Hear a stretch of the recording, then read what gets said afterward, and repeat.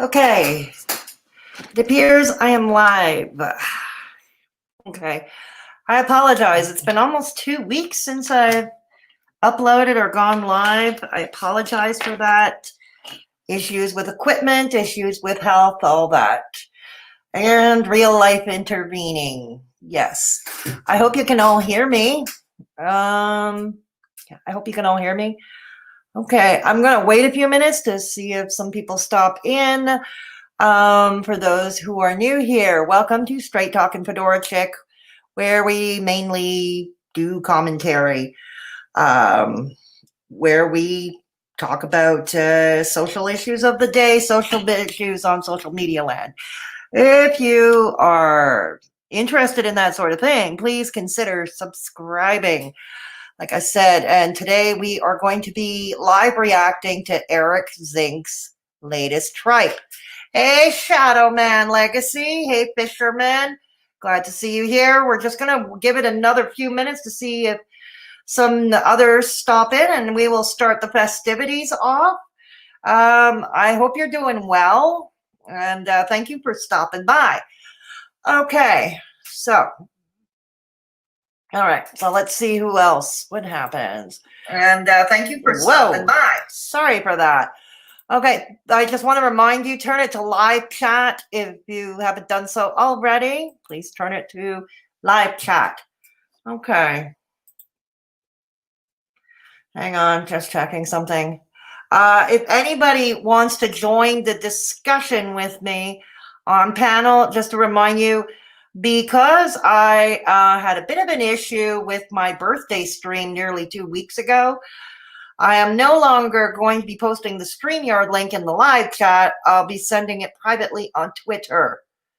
So if you are interested, hit me up on Twitter DMs. And yeah. Okay. So hang on.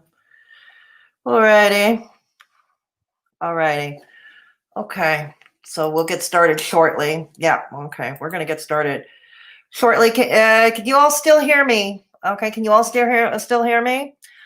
All right. We might as well get things started. The stream will remain up for those who miss it or who are struggling in late. I realize this is not the greatest time for me to do a live stream according to my analytics, but it seems to be I'm too busy to do it in the daytime. So anyways, it is what it is. We'll get the festivities underway. So let's see. We're going to start off by saying anybody who has been negatively affected by Eric Zink and his actions, or know a minor who has been, or better still, if you know a minor who has been negatively affected by some of his inappropriate texts or inappropriate actions, I do encourage you to contact the authorities in your jurisdiction. They can at least point you out in the right direction on how to proceed with at least opening a file. I think that is very important. It's actually tantamount if you want him held accountable legally for his own actions. So this is something Chris Hansen never did with the Onision thing. He never told any of the survivors how to get in touch with the authorities or if there were resources to give them a hand with things, right? So, okay. So anyways, hang on. Okay. I'm wonder why the video is not being recommended. Oh dear. Okay. All right. So anyways, like I said, unlike that, I encourage you, if you know a minor who's been negatively affected, or even if you're an adult who has been negatively affected and he may have broken the law with you, I encourage you, once again, in your jurisdiction, contact your local authorities, the local police department. He was living in La Palma or Orange County in California before. He is no longer living there, apparently. According to Eric Zink, he has moved to Arizona, to Phoenix. So since we don't know, and he seems to travel a lot for his job, it might be best to start locally in your local area, and they can work up the food chain. Okay. So anyways, I'm going to start off by saying, like, remember he tried to make it look like he was holding himself accountable publicly by showing a file number with the La Palma, California Police Department. Turns out that was not really real, and I'm going to play a TikTok clip from a psychologist. I believe he's a psychologist or a therapist of some stripe on TikTok by the name of Dr. Brendan. So we're going to start. Hey, Ray Phoenix, good to have you. Good to have you. Okay. So we're going to share screen. We're going to start off with turns out that the police file that Eric showed us was not real, and I'm going to show that right now. Okay. All right. So I just wanted to give you guys all an update on the Eric situation. We have gone to the authorities with all the evidence we have. We've cooperated with them, and we've given them everything that we have. We also checked on his report. It is not an official report. It is just a filing number. And from the looks of the officer, they didn't have any clue about the evidence that we provided them with. But the main reason we are making this video is because if you are a victim, if you have been contacted by Eric or had any of these inappropriate messages done to you, please consider coming forward. Message us so that we can help the police with their investigation. Thank you so much for everything, and please spread the word as much as you can. Okay, that's basically what I suggested. It's basically... So I just wanted to give you guys all an update on the Eric situation. We have gone to the authorities. Technology is branded only when it works. Okay, thanks, Leslie. Hi, thanks for stopping by. So anyways, like I said, this therapist, Dr. Brendan, or what's his TikTok name? What's his TikTok? It doesn't say what his TikTok name is, but it's Dr. Brendan. Let's see at the end. Dr. Brendan N. Dr. Brendan N. At Dread Behemoth. I don't know how to pronounce that. Dread Behemoth. BEHEMOTH. That's who he is on TikTok. Give him a follow. He seems to be keeping up to date with the Eric situation over at TikTok. So, yeah. Hey, Jenny. Oh, thank you, Jenny. Thank you. Thanks.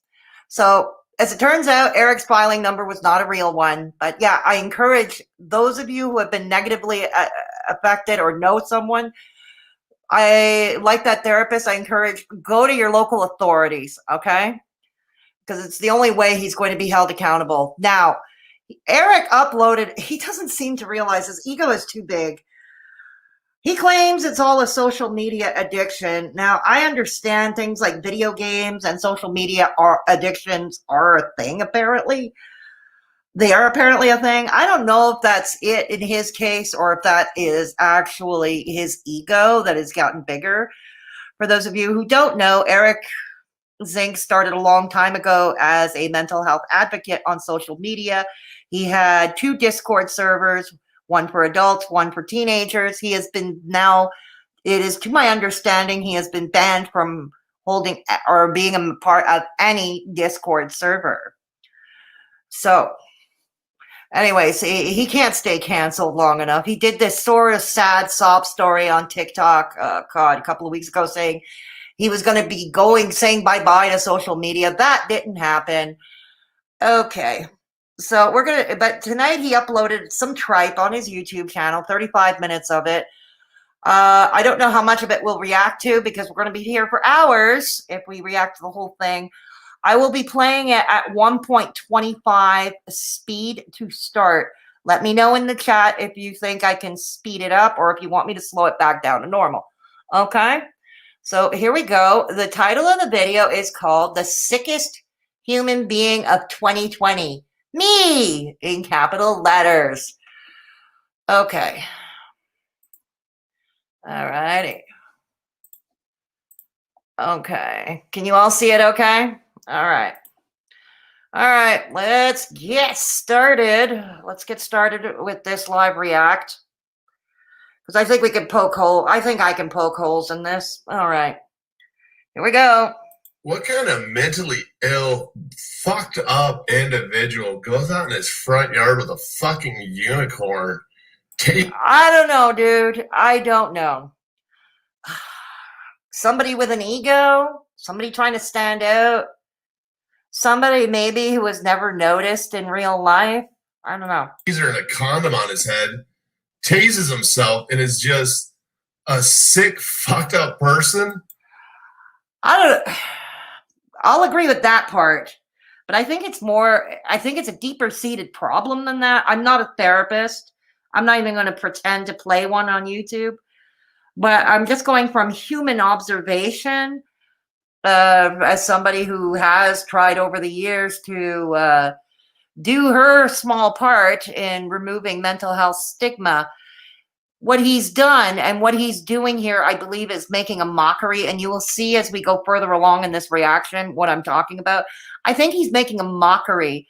It's not even laughing at himself at this point. And I don't even think laughing at himself and his behavior is even appropriate.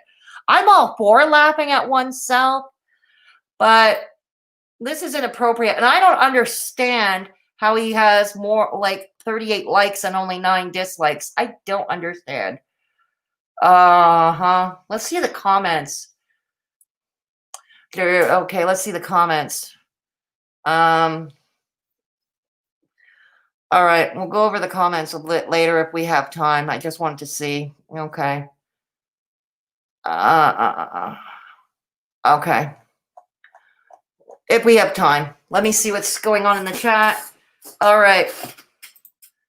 All right, here we go. Huh. I think I know that person. I am probably one of the most fucked up, sick people I've ever met. It's getting Anything repetitive. that I've ever done to even remotely try and help somebody. I'm by far the most fucked up, sick person I've ever met. I got so addicted to fucking views and likes. I don't even know if it's sickness. I think it goes way beyond that. Sickness, social media addiction, even S rhymes with Rex addiction. I think it goes beyond that. I mean, I think it's a given he has an addiction to to S rhymes with Rex. And dopamine rushes under the pretense of helping people. Looking back at it, my addiction to this was worse than cocaine, fucking alcohol, all of that shit. I was so sick. I did one of the dumbest things in the world. For 2.5 years, I put my number out on social media. What kind of fucking idiot does that? Well, you see, here's the thing. You did that consciously, okay? You did that consciously. If you're going for like sort of an insanity plea or whatever here to the court of public opinion, the wrong way to go, dude. Wrong way to go. The fact is you did give out your number. The fact is you did give out your number to all these people. Wraith Phoenix, he has an addiction to his own BS. Yeah, I would agree with you there, Wraith. Absolutely, I would agree with you there. Okay, let's go on. Me? I mean, what made me even think I could make a difference like that, let alone who was even going to text me, what it could turn into? Like, not this person. Like, I was so dumb that I was so blinded by, oh, I'm going to help people. And maybe it started off with the best of intentions and it turned into this fucked up, like, dude, you are stupid. Like, I don't think there's a dumber person on the planet. I grew this big social media following, and I was so dumb that I put my number out on social media. Like, I didn't think that teens, preteens, adults, grandparents, I didn't even like register who might actually fucking text me. And when it got to where, but didn't you, Eric? Didn't you? Didn't you realize that minors, especially when you went onto TikTok, at the time you had joined TikTok, it was an app that was initially created for minors over the age of 13. Okay, it was at that time at that time it was mainly minors. Now, as in the past year, especially with the pandemic and the lockdowns, there are older adults. There are more adults on TikTok, including yours truly. Although I haven't posted anything over there in months. It's just not for me. But yeah, your audience is mainly kids. Eric, you have more than 1.6 million followers on TikTok. Many, if not most of whom are minors. You do live streams to thousands of people, hundreds, if not thousands of people. Again, many minors. At like 6 to 7, 8,000 different people a day texting me. I was so dumb that I'm like, hey, I'm gonna take on like the suicide hotline, the text hotline, all that shit. I'm an army of one. I'm an army of one idiot. I might as well went out and stood in traffic. I mean, how much damage did I cause to the people that I never responded to? I mean, what if somebody was literally sitting there like, hey, this dude doesn't respond to me, that it's a sign, I'm out, I'm done. I couldn't respond to everybody, but yeah, I kept even fucking doing it after I realized I couldn't even respond to anybody because I was so addicted to it that it gave me such a rush of dopamine. It gave me such a rush in my brain, this feeling of alive. Let's address the chat. Let's address the chat for a minute. Okay. Yeah. Yeah, he is such a narcissistic idiot. Oh, yeah. I'll agree. Jenny, the thing is, he had advice all along the way that things needed to change. Yeah, Jenny Burns. Yeah, I hear you. Jenny, for those of you who don't know, once upon a time was part of Dr1ven Industries or Dr1ven Together. She was part of Eric's nonprofit. She parted ways with him months ago, many months ago, because largely because of these reasons. And he repeatedly refused to listen to any of us. Yeah, exactly. Okay. Yeah, so for those of you, Jenny, I'm glad you're here in the chat today. Jenny, if you want to join me on panel, let me know, and I can send you the link on Twitter in a DM. Sorry, I'm not dropping links in the live chat anymore because of what happened on my birthday. Okay. Because of what happened on my birthday. So let me know in the live chat if you want to go on panel, and I will DM you. I will private message you the StreamYard link. Okay. Jenny, Ray Phoenix too, you worked with him. If you want to join me up here too, let me know and I'll DM you. A fisherman, I had a suspicion he was doing bad things, but I wasn't 100% sure, so I said nothing. It's okay. Okay, Jenny, what's better? I'm going to DM it to you on Twitter, okay? So check your DMs in the next minute. All right. All right. Okay, hang on. Permanently. Okay, here we go. I'm going to DM the link to you on Twitter. Check your DMs because, like I said, after what happened on my birthday. All right. Okay, Jenny, all you have to do is click the link, okay? Wraith, if you want to join me, let me know. If you want to join too, because you worked with them before as well. Yeah, Wraith Phoenix. Okay, Wraith, I'm going to DM it to you on Discord. So hang on. Let me get you. Let me get to Discord. All right. I'm going to DM it to you.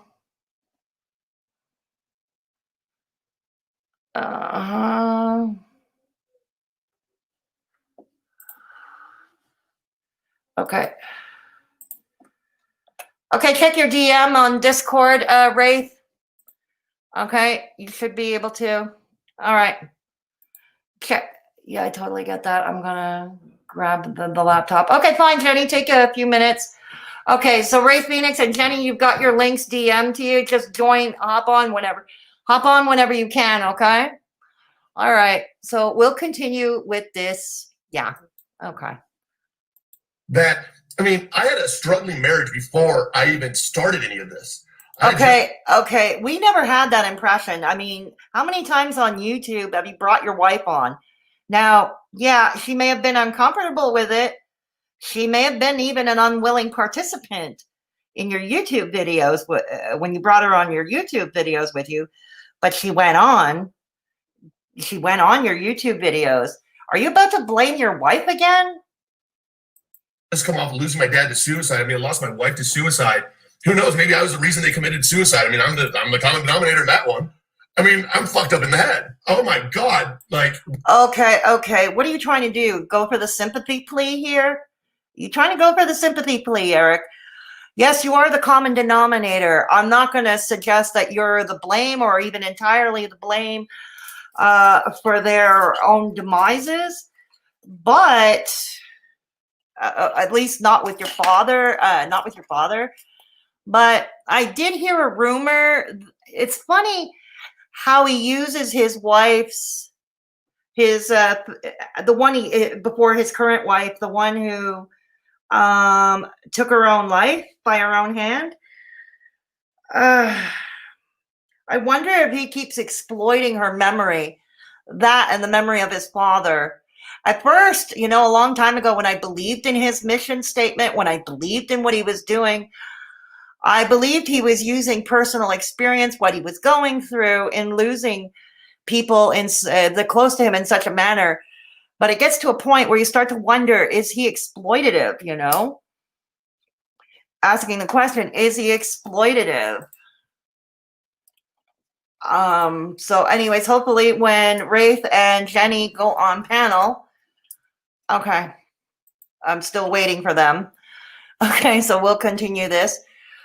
Alrighty. Yeah. What kind of mentally ill, fucked up individual Here we go with this front this yard with a fucking unicorn, taser and a condom on his head? Oh God, hang on. I did something bad. Okay. All right.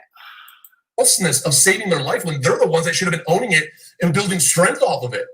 I mean, that's how bad it was. It literally took people's strength away from them, where they ended up going, believing that this saved their life. It didn't. It didn't save their life. They literally saved their life. They found some support, whatever. And I think that we need some communities and we need groups. Hang on. Okay, who have I got? Jenny? All right. Jenny, can you say something, Jenny? Jenny, can you say something? Jenny? My screen is frozen again. Okay. Jenny? Okay. So basically deflecting this whole situation onto the viewers. Yes. Can you let me know if you're hearing me? Oh, hey, Ari, nothing. Good to have you. Witch's Brew Views. So basically deflecting this whole situation onto the viewers. Yes, along with his wife, his current wife, Witch's Brew. Typical gaslighting behavior, the whole I know and will deflect. Can anybody let me know if they hear me? Jenny, I can't hear you. Jenny, unmute your mic. Your mic is muted. Can you unmute your mic, please? Okay. Okay, we don't seem to be having sound from Jenny. Jenny, please unmute your mic. Okay. All right. Yeah, I know we're having a problem with Jenny's sound. All right. Let's continue into this reaction. Okay. But that's why we need fucking therapists, not idiots like me. That's why we need the right psychologists and the right psychiatrists. Holy shit, man. And that was fucked up. And Geez, Eric, you talk about that like it's you just invented sliced bread or something. Most of us have known this all along. No, do I put all my faith in therapists? No, but I think therapists should be the first place to stop, finding a good therapist. And yeah, I understand that in the United States, getting mental health care is often inaccessible to those who need it most because of cost. And I think that was what Eric's original mission statement was, until his ego got the better of him and his proclivities. All right. At the same time, all of this is going on that I'm not even upholding my adult responsibilities. I'm feeding all this dopamine. Hey, I'm feeding this ego. And just, man, if I could snort my phone, I would have been snorting my phone left and right. That it's not bringing any money. I'm done. Okay, Jenny, I don't know if you can hear me, but you have to unmute your mic. Okay, because I see here that your mic is muted, and I keep trying to unmute, and I can't. Hi, Kim. Good to see you. This self-deprecation is not working in his favor. No, you're right. It's not, Ari. It's not. Not too sure about this guy. Seems manipulative. Yeah, he is. Hi, Tammy. Good to have you. Tammy Delon. Yeah, good to have you here. All right. So, okay. Jenny, I don't know if you can hear me, but you need to unmute your... Ah. Okay, does this work? Yeah, we hear you now. Yes. Okay, is there like, how do I put it? Like a push to talk setting? No, you just have to unmute your mic. You Okay. see the little mic there. Make sure it's not muted. Okay. But we hear you now, so your mic is unmuted. Thank you. Okay. I'm gonna try to mute when I'm not talking because it's Friday night and I promised the kids they can stay up as late as they want. Okay. I just have my headphones on. All right. Yeah, if there's echo, I suggest you wear headphones if you're getting an echo. You're muted again, Jenny. Jenny? Yeah, I'm gonna mute. I'm muting myself when I'm not talking, just because background noise and stuff. Okay. So Jenny, what do you think so far of this video? You have been with him from the beginning when he tried to start his mission statement. To be 100% honest, just listening to just the little bit that we've listened to so far, it's been like what, 12 minutes of this video? Something like that. Hang on. It's 100% deflection. Like he doesn't see that he's done anything wrong. Like he sees what he's done wrong as like a minor issue. Like, oh, I'm sorry for stepping on your toe, when he doesn't realize he's literally backed over people with his car. Yeah, I think that's a great analogy, Jenny, actually. I think that is actually a great analogy. Like the self-deprecating is not helping him, as Ari Nothing says in the chat, that the self-deprecation is not working in his favor. Oh, it absolutely isn't. And it's just like you can be as self-deprecating as you want, but like if you're not actually owning the stuff you did, right, then it doesn't matter how self-deprecating you're being. You're just trying to come off as charming. And like I was making a comment on one of the videos on TikTok by like one of the many amazing therapists that have come forward to like denounce Eric, and I'm just like, this is sort of like, I don't know if anybody in the chat or whatever knows anything about domestic violence, but this is like Darvo adjacent. Wow. I don't know if you know what that means. No. It's an acronym used in domestic violence that's used to describe a common strategy of abusers. They deny the abuse ever took place. They attack their victims and, call them crazy, saying they made it all up. Then they reverse it by telling you that it was your fault. Right. And then they talk it up about how much they're a victim. And you can see that in all of his videos about, this cancel culture. And most of it's just gibberish, like literal gibberish. It is. I'll agree with you there. And then, in the end, the O stands for offender. We're all offenders to him. So it's like we weren't like really in like a domestic violence situation, but the strategies are the same.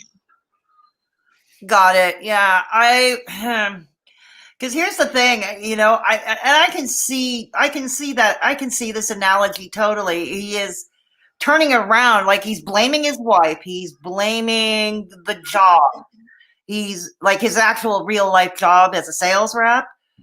Yep. And it's like, he's like, I'm so lonely when I go out. Or when a good example is when he started doing like the hotel interviews with people. I'm like, that's a bad look, my dude. Yeah, it is. It was, and it is. Like there are parks. You could go to Taco Bell. Mm-hmm. Literally anywhere but your hotel room. Can we not do that anymore? Yeah. But I'm anxious. So you're going to invite a total stranger into your hotel room. Yeah, exactly. Well, especially this girl. Allegedly, this girl was of age. She was 20. I think she was like 20. Yeah. Okay. Thus, it wouldn't have been illegal for her. But if she was a minor, because she looked pretty young, right? If she was a minor, that is what makes it egregious. That's why, even if the girl claimed she was 20 years of age, are you willing to, it's not the first time any teenager would lie to seem older, get into a bar or whatever. You know what I mean? Oh, right. And it's just like from what I understand, like I think he saw her ID or whatnot. I don't know. It was back in January. I know this happened like after I left. Yeah, I remember. And I remember because like everybody came to me like, "Oh my God, did you see what Eric did? Can you stop him?" I'm like, "You're done." with what? Like, what am I going to do about it? Well, exactly. My words were like, he's a grown. I'm not going to swear on your stream. Sorry. He's a grown adult. No, and I'll say this, okay? When I said that teenagers, it's not the first time teenagers lie about their age. This is not me blaming the victim. It's me pointing out that Eric's judgment is poor. As you pointed out, meeting in a hotel room was incredibly unwise. I don't care how old allegedly this person was or anybody is. Like I said, once again, I am not victim blaming here at all. I'm not doing that. At every point with every interview or meet up that he did, he was always the one with the power. Because exactly, even if the person was of age, these are vulnerable people you're talking about. You know, well, it's not just that; it's the parasocial relationship. They are his fan. Yeah. He is the one that is responsible for being the grown-up in the situation to say, no, I don't want to do this. Here's what we're going to do that's appropriate. And at no time did he do any of that. And he just got worse. Hang on a second, Rafe. I see that you're trying to join, but it says device is not connected. Could you make sure that you're connected so I can bring you up? Okay, because it says, okay, hang on. We got her? We got her. Can you say something? Hey. Okay, we can hear you. All right, Rafe, what do you want to add to this? Because you were at the beginning, you helped with the Discord server. Yeah. Me with you, Jen, and Jeff, we were kind of three amigos for quite a bit. Yeah. It really did start with when he started getting big on TikTok, because it went straight to his head. Absolutely. And he started disregarding Lola's schedule because she was trying to keep him on straight and narrow to build towards the goal of becoming a nonprofit. And then we were trying to keep him to a regular schedule. And it's just like, well, now I'm famous, so I don't have to listen to anyone. I can do what the hell I want. Well, it's like he just wasn't considerate of anyone else's time. Hey, let's make a schedule of, live streams. And okay, yeah, we'll do that. And then like the next day, I'm going live in 5 minutes. Yeah. Why? Why? That's not a schedule. That's. I mean, I have ADHD, I mean, he would I'm always not that impulsive. Well, and that's the other thing. He always blames it on his ADHD. I'm just like, listen, not everybody with ADHD is a big a-hole. No, exactly. I have a question to put to the both of you. Would it be fair to say that his downfall started with the whole Christopher Sorensen situation? For those who don't know, Christopher Sorensen, I believe, followed him from TikTok. He turned out he was a registered sex offender in his state. Yeah. I think it was well before that. It like I said, it really, the whole, not really focusing too much on the message, but more on the popularity side did come with the going viral moment. That's why the more of the impulsive live streams, the challenges, the more ridiculousness of like the stunts that he pulled started to happen then, and then instead of like, just the advocacy. With Chris Swanson, the whole devil's advocate situation, that was more of like the first really big scandal. Right. That was the first big spotlight on. And the big thing is, he wasn't even actually involved. Like, Wraith, were you still around during that? Like, I don't remember that. All I remember that weekend is it was pure stress. he tricked me into creating a Discord server for him because when I got that was the first time I got like really pushed out, and he kind of caught me in a vulnerable moment, and that's when he asked me to create a server for him, and I had no idea about his past or anything, and then I got bombarded with texts from Jiffy and Eric with his Do not blame mugshot. yourself do not blame yourself at all, because True. people like this are manipulators, and they will manipulate people who are confident in themselves just by being kind. That's the shitty part. Sorry, I didn't mean to swear on your stream. All right. The crappy Don't worry part about it. Don't worry about it. is they will manipulate you with kindness. That's what Yeah. Eric did. Chris did that with all of us. Mm-hmm. But like at the end, when Chris started getting like, I'm not trying to diagnose people, but his actions were kind of manic. Like with his micromanaging all of the teens. And like it's like you knew that he knew he was about to get found out. Yeah, he was very paranoid. I have to say that. And that whole weekend was just frustrating. As soon as we found out, like I was awake for 36 hours straight dealing with the situation, between talking to teens, talking to their parents, contacting the FBI, contacting the Georgia Bureau of Investigation. Eric went to a barbecue. Are you? What? Oh my god! Here's What? the kicker. I'm not sure if anybody else remembers that. If Jiffy's here, she'll remember. That weekend, I was supposed to go to my cousin's memorial. Okay, the 28th of September. I was supposed to go to my cousin's memorial, who had passed away a couple weeks earlier. It was also my birthday weekend. Yeah, I remember that happening that weekend. He checked in with us. He was mad that it wasn't over with yet. Are you okay? I'm sorry. I'm dropping the F-bomb. Are you fucking kidding me? I should have quit then. I didn't, and it wasn't because I wasn't staying because of Eric.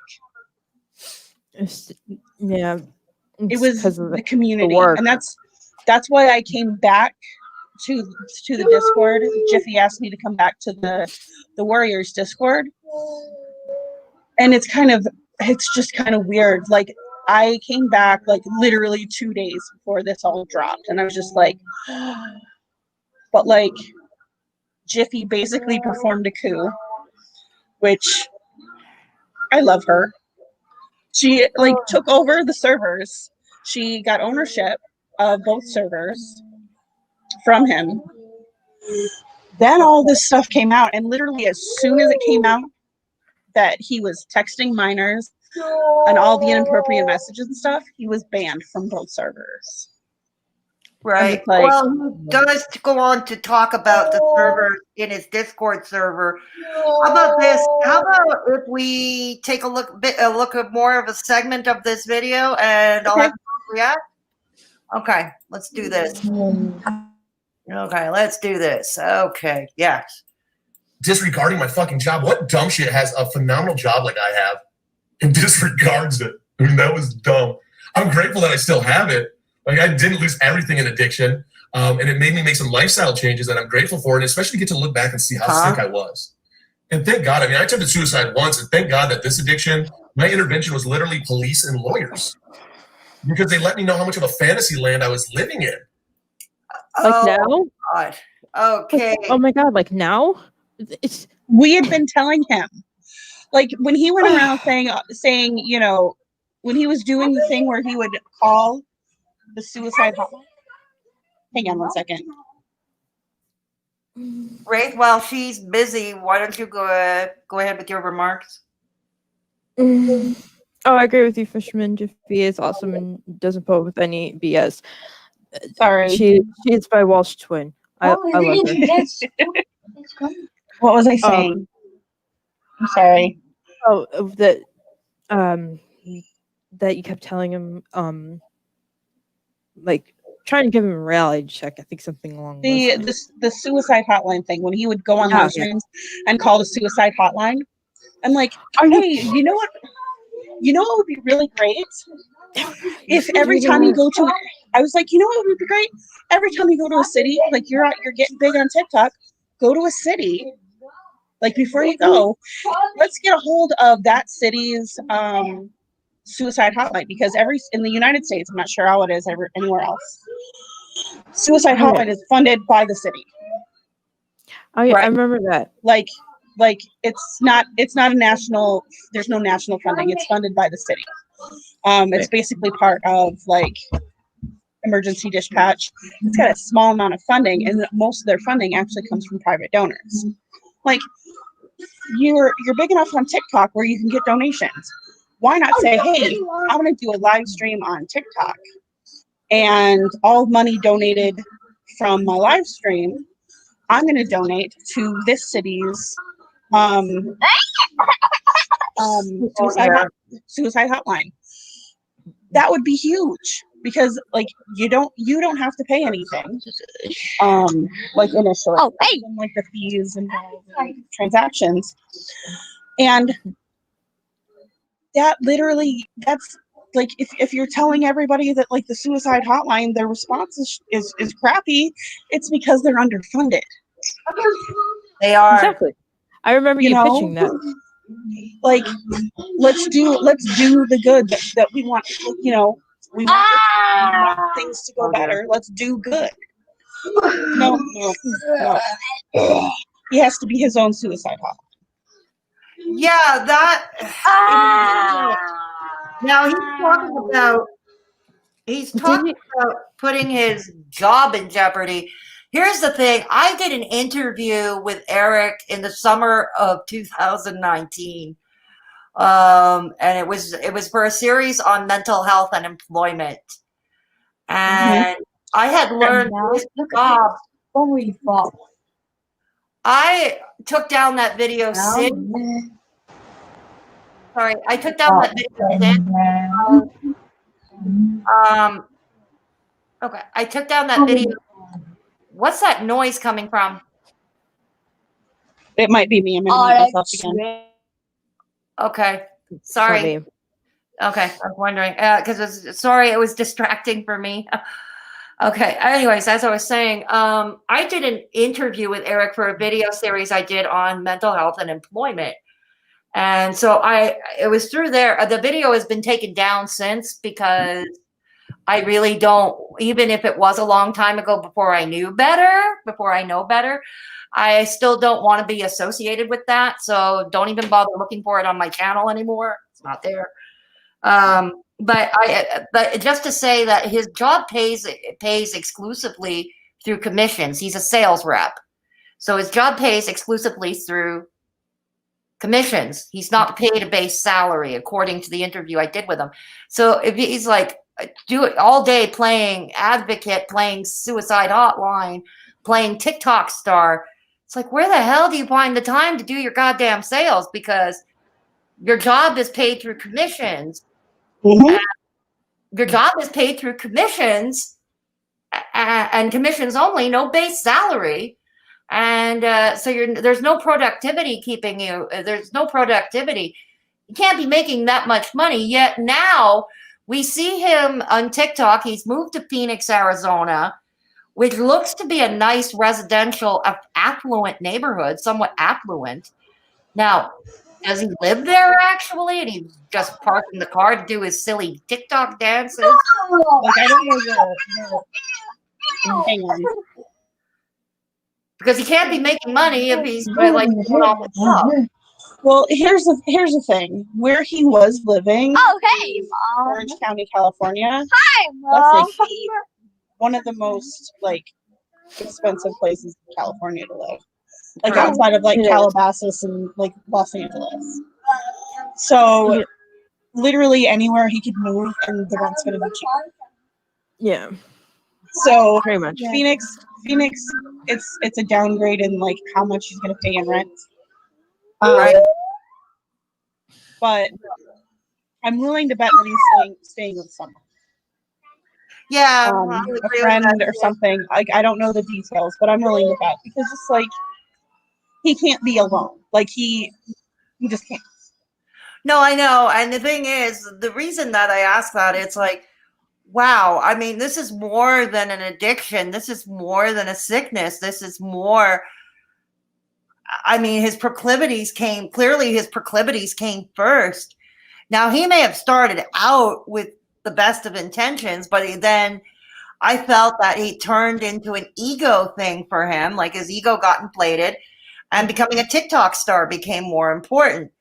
Now, the thing is, in my opinion, and this goes for anybody who's even a professional, like say Katie Morton, for instance, like, Oh God. yeah, exactly. Oh God, exactly.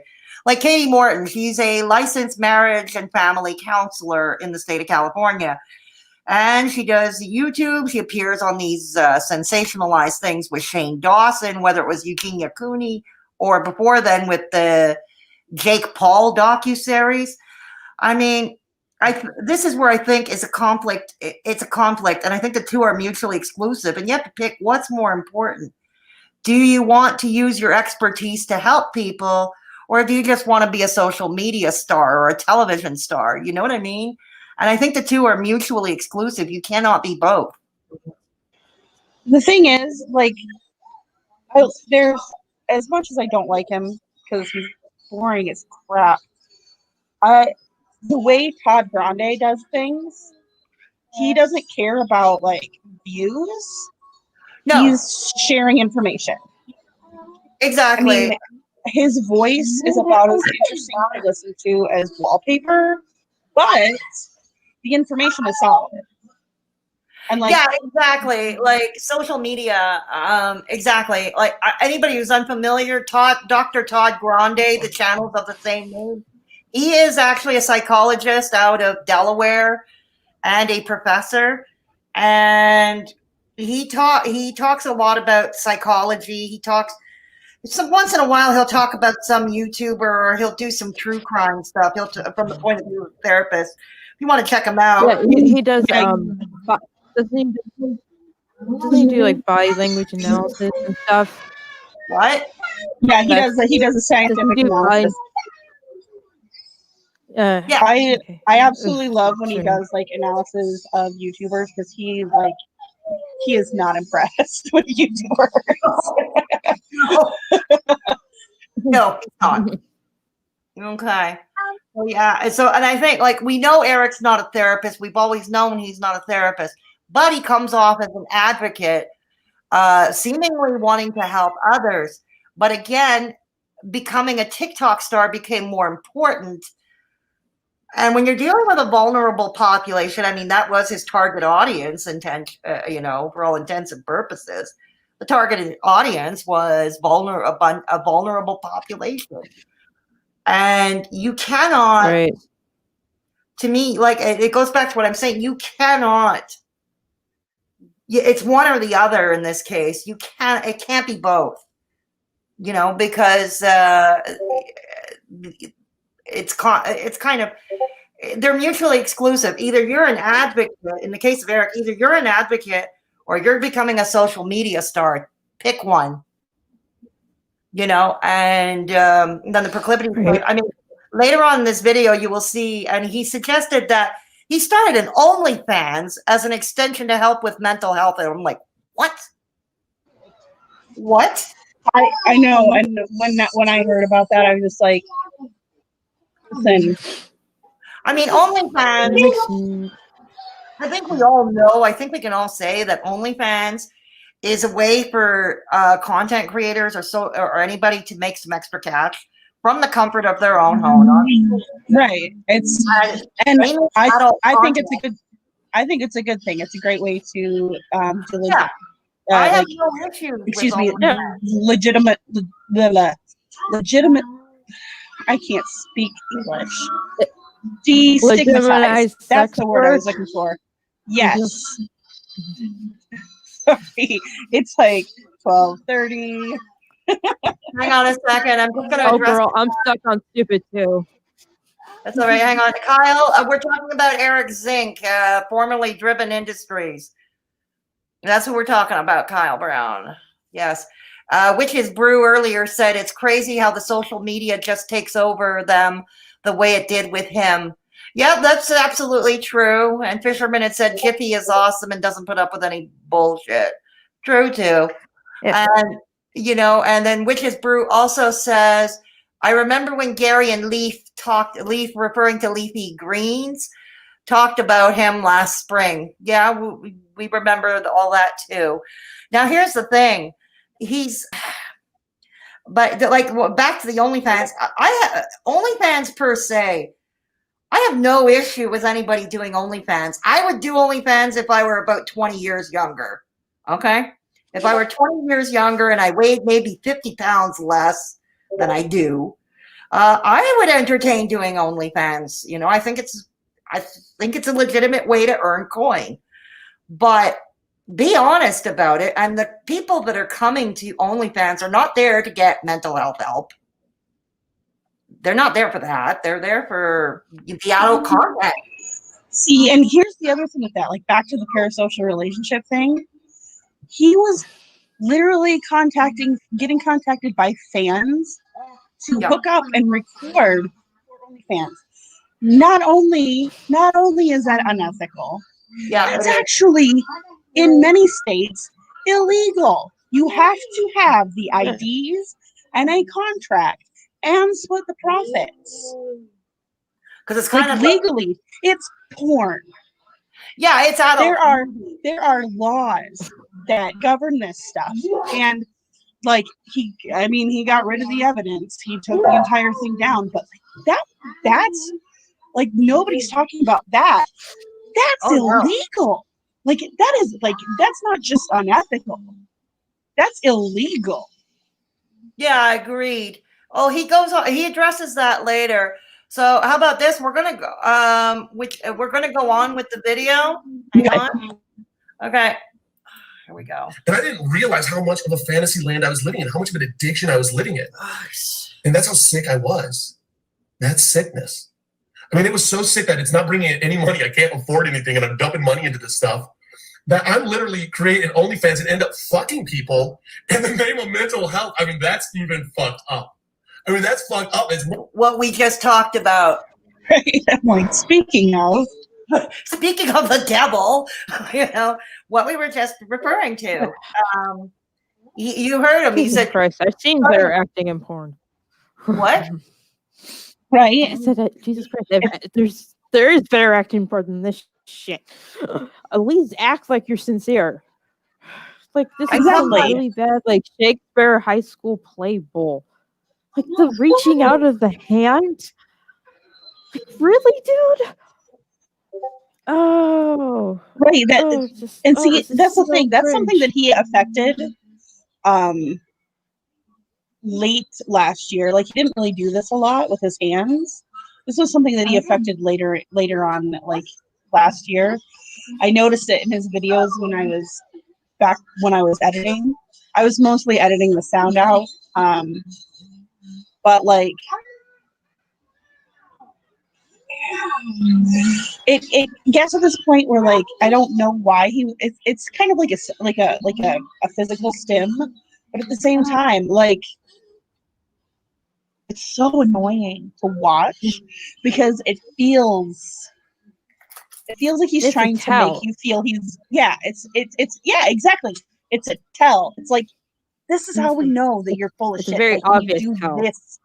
this motion with your hands. Like you're trying to convince us. Look at this on him now. Like, okay, I did a freeze frame here, but look at him. So funny I got story. headphones. Back when me and Ray worked this together, we had these little group chat Jiffy.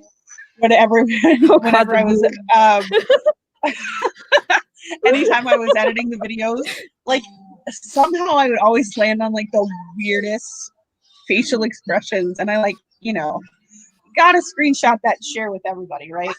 But I'm only sharing it with like Jiffy and Rafe, but like it was so cathartic. I was like, we would just sit there. At the time I kind of felt a little bit bad, but yeah, we were making fun of them. No, I understand that. Oh, you roasted so bad. Put him there, yeah. So we're gonna go on. Hang on. Morally wrong. I have a wife, regardless of where our relationship was. Morally wrong of me as a husband because I am legally together with her. We are married. That is so fucked up. That I had friends that were willing to do this with me. That Who were those I friends? made up excuses in my head. Oh, she already has an OnlyFans page, and she's a friend of mine, and she's hot, and I'm, I mean, who really wants to see a 39-year-old having sex? I mean, that is so fucking sick in the head. Your followers are not your when you're smaller, yes, your followers can be your friends. When you have 1 million followers, your followers are not your friends. I'd like to add an extra point to this. If you're coming off This is as not feeling sorry for yourself. This is a humble brag. I'd like to go, I'll take this a step further, and I'm going to say, if you're passing yourself as an advocate, and this is the role you want to play on your YouTube channel or on your TikTok or whatever, I would say it's not a good idea to be friends or friendly with your audience either. I would argue that. 1,000%. Wraith, what's you could be grateful.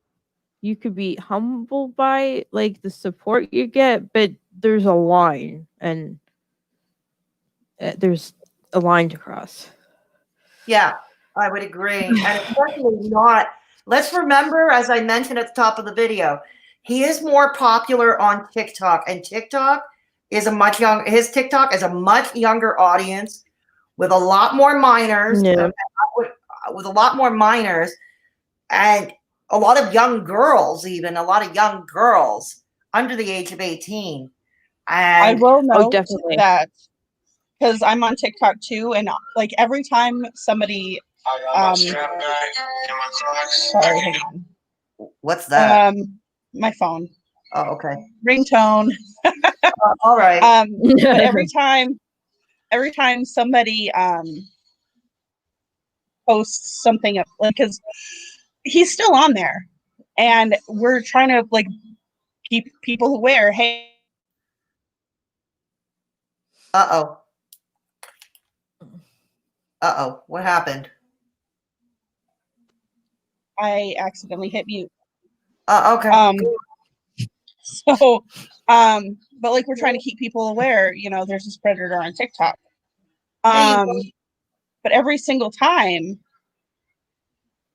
I get these comments, it's never guys defending him. Never, ever, ever. It's always women. And it's always women my age and a little younger, not like too much younger. I look at their pages, and if they have pictures, this is going to sound narcissistic, but I swear it.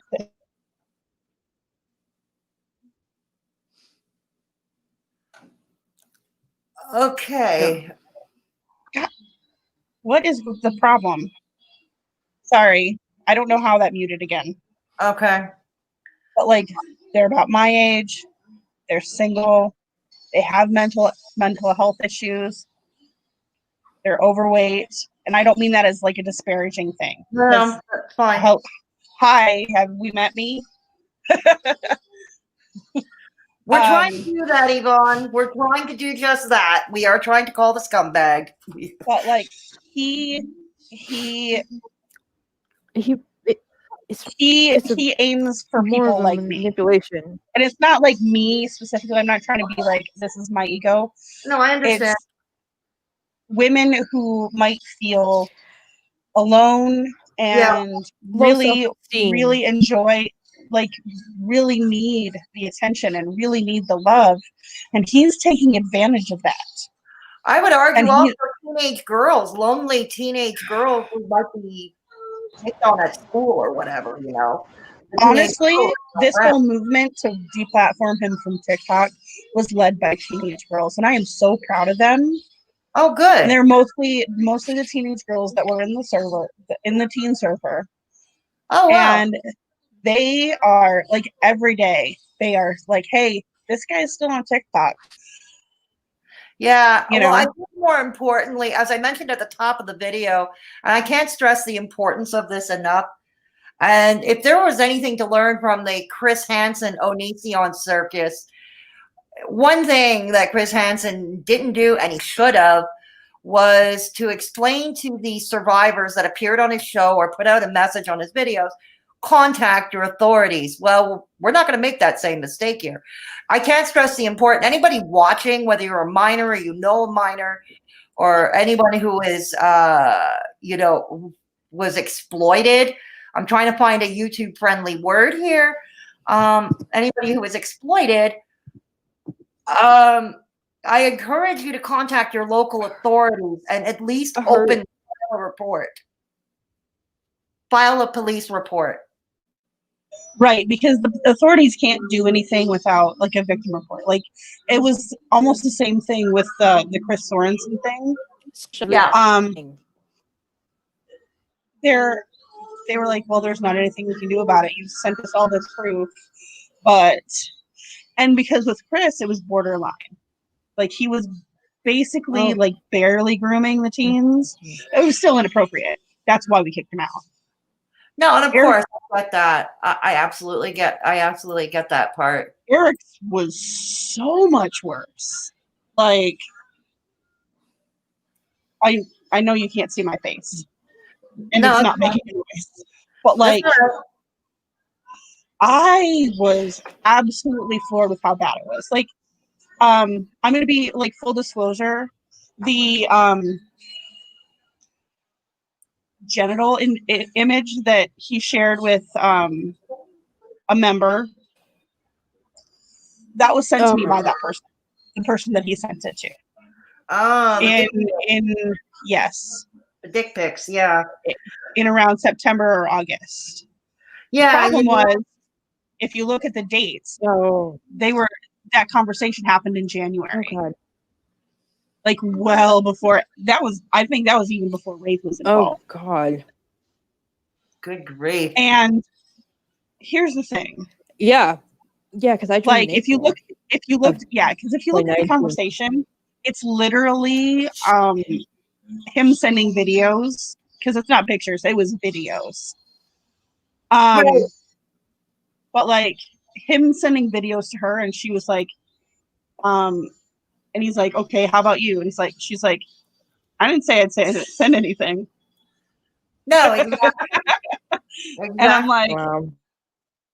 But like, I mean, I did what I needed to do, and I confronted him. I'm like, is this you? I'm like, I need to know the honest truth. Is this you? Gary, hang on. Oh. Hang on. Sorry, I just want to address the chat. Yvonne, Yvonne, you met me through, you joined my channel late when I was starting to cover Hater Nation. So yeah, so I'm going to introduce you. Ray Phoenix is the lady on the bottom. She co-runs the Discord server, handles all the tech. She also used to help handle Eric-driven Industries Discord server. And Jenny, that's the lady in the middle with the glasses. That's Jenny. She was also with the Driven Industries. I thought I'd have them both admin for I thought I'd have them both on because they were with Eric early on, and I thought I'd have them both on to give their points of view and help with the reaction of the video. And we're having a lively discussion here. Hey, Gary. Hi, Gary. Gary is here. Yeah, Gary joined the chat. Okay, yeah, Gary just joined the chat. Okay, cool. And Fisherman is still here. All right, great. Everyone is here. Gary, I have a couple of Gary's videos linked in my community tab. I will link them when I'm done with the stream. I will link them in the pinned comment, but if you want to catch them, I do have them linked in my community tab. You can go catch his videos there. The second video Gary did, he's got some great receipts on the whole Eric situation. He's got some great receipts. So everything all itemized and everything. So I recommend you take a gander when we're done with this stream. Meanwhile, we're going to go back to the video and we're going to continue reacting. And then using the money from that to help with shit, that's even more fucked up. I mean, I should have like life threw stuff at me. I mean, my car got repo because not because I couldn't pay the bills, but because I didn't care about paying the bills. I wanted to help people. I was so engrossed in that addiction. What? That's a lie. Repoed? That's a lie. He couldn't pay, like, he was short that week. I remember this. I remember when this happened. Because how do I put this? Long story short, I needed to replace my computer. I replaced it with my funds. He decided that he was going to send me the funds anyway. And then his truck got repoed. Your truck doesn't get repoed in like, it's not for one missed payment. It's several missed payments. Let me ask you both. Again, Jenny, I remember you did a live stream on this a while ago. It was after the hotel scene, where you talked about how bad he was with money, and basically you were good with money because you knew how to operate within a tight budget, and hence why everything was in your name. Let me ask you, let's confirm with you both. Rafe, you were instrumental in also holding up the disc. Were you offered any compensation of any kind, whether it's barter system? Merch. Rafe? I was offered merch, and I was offered Sorry, Rafe, we're losing your sound. like a small commission for helping with the Patreon for a bit, but it was like a short period of time. Sorry. Okay. Hold- Wait a minute. Gary just said that. Can you hear me now? Sorry. Yeah, we're good. We're good. Sorry about that. Okay, Gary just said that Eric said that. Can you hear me now? Yep. No, not. Now you're cutting out. Oh God. Okay. Is it my computer that's bad? Is it my computer? Everybody's feeds, or not feeds, but everybody's connections lately are just crappy. I think it's just the internet in general. Oh boy. Yeah, everybody's home. I was just saying that Gary said that Eric said that he bought him a PC, but he never bought him a Gotta PC. love 2020. Okay. Yep. But yeah, like you don't, your truck doesn't just get repossessed. I don't know have if you to guys miss can hear me, but several payments. besides I some shirts, I got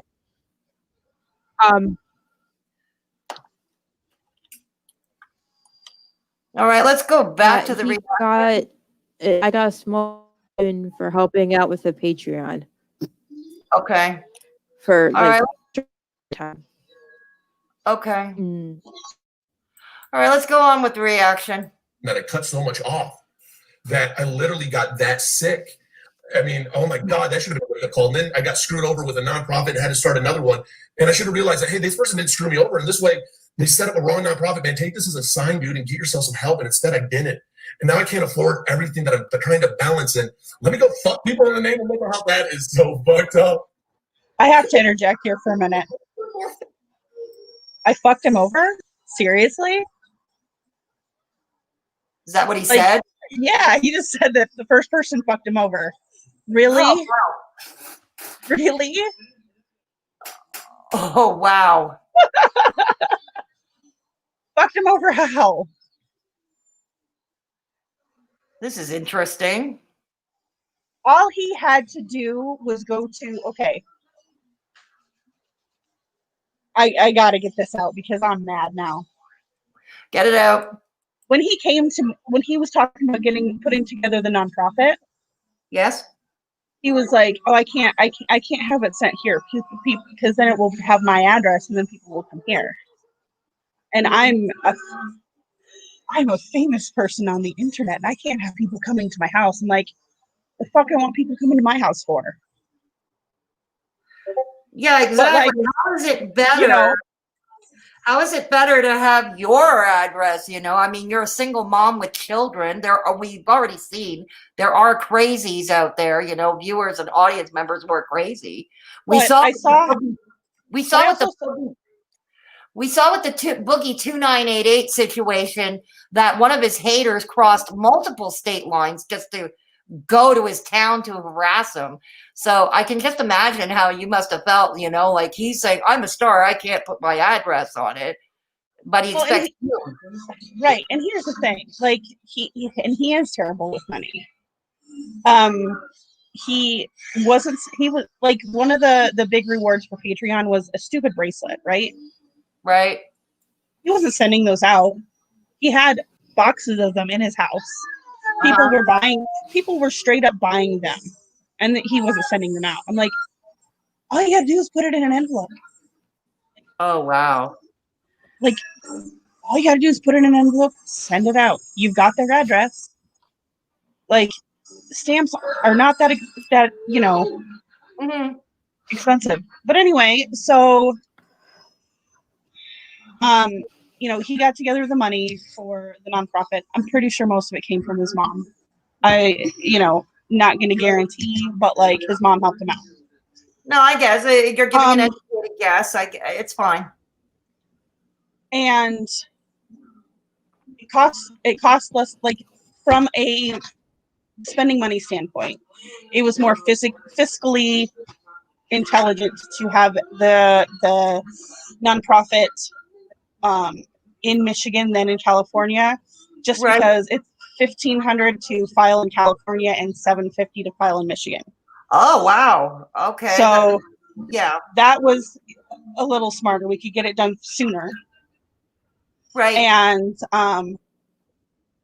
the problem was, I was the only one doing anything. I filed it. I'm the one that called LegalZoom. I'm the one that talked to the lawyers. I'm the one that talked to the people at LegalZoom. I talked to accountants. And every single time I met with the accountant, they were like, well, we should probably have a group meeting on this. Since there's four of you, everyone should know how the financials are going and how you need to handle the financials. I'm like, okay, let's do this. Every single time, a week before I would have them scheduled. A week before, I'm like, okay, put this on your calendar. Put this on your calendar for everyone. Hang on, Not Gary just has Eric. a question. Hang on, Gary has a question. Okay. I don't know, maybe you can answer it or not, Jenny. He asked, but didn't he raise $1,500? Not at the time we filed. Okay. But he did eventually raise $1,500. But at the time that we filed, we had all we had was the cash that he'd earned from YouTube. Okay. Which was about $400. Yeah, I checked his social blade. His YouTube does not yield that much money at all. No, it doesn't.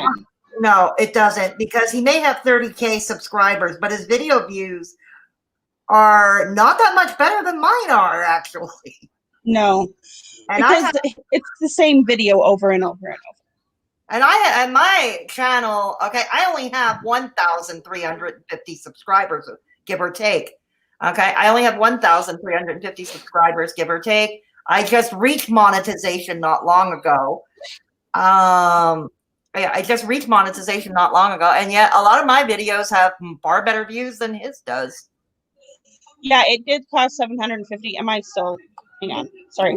Yeah, it cost $750 to file. That's the initial filing, and then there's other there's other costs on top of that. There's licensing fees and other stuff, but all that money, most of the money did not come from like money raised with Patreon. Up until, I'm gonna say, October of last year, Patreon was maybe making like $30 a month, and like some of that was going out to like paying for, like, we had the Google business account, stuff like that. Like, there's a lot of like really bad financial planning he did. Like, he had gotten in contact with the web designer who was supposed to design the website for free, and then because it wasn't going fast enough, he was like, how much can I pay you to have this done by like this certain date? She's like, 950 pounds, and I don't remember what that is converted to the American dollar to American, but it's a lot. we ended up having to pay for that. And it's It just was like, there's hard so life. many, and these weren't ever things that were like brought to us. It was just things that he would do. He was like, all right, this is my decision I'm making right now. And that's not how you run a nonprofit at all. Like, every financial decision has to be made by the board.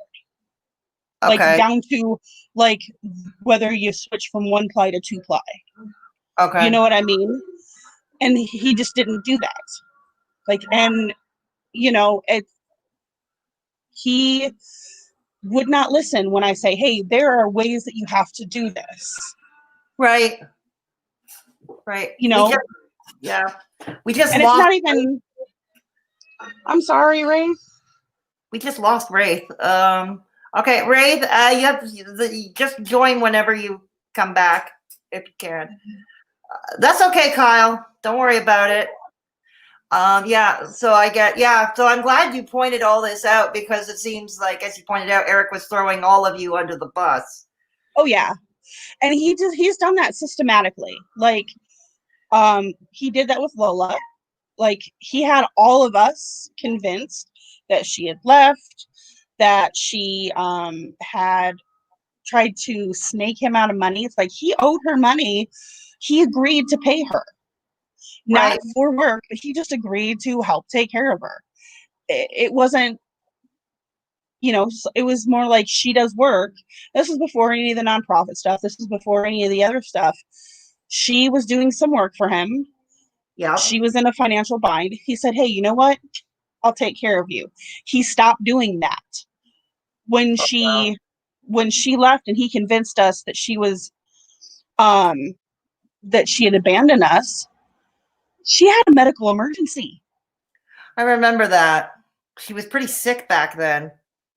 But, and then his go-to is always, oh, I think she's doing heroin. Oh my God. He did that with me. He did that with Lola. He was even trying to convince us that Wraith was on stuff. What? Not on heroin, but, oh, she's erratic. She's got to be on drugs. He did it with literally every single one of the admins. Lola, Wraith, Sinrayon, me. And it's just like, on and on and on. He turns people against the people who call him out on their shit. He had me turned against Gary. He had me full of so much BS about Gary. And I'm just like, the more I knew about Gary, the more I'm just like, Eric, you're full of shit.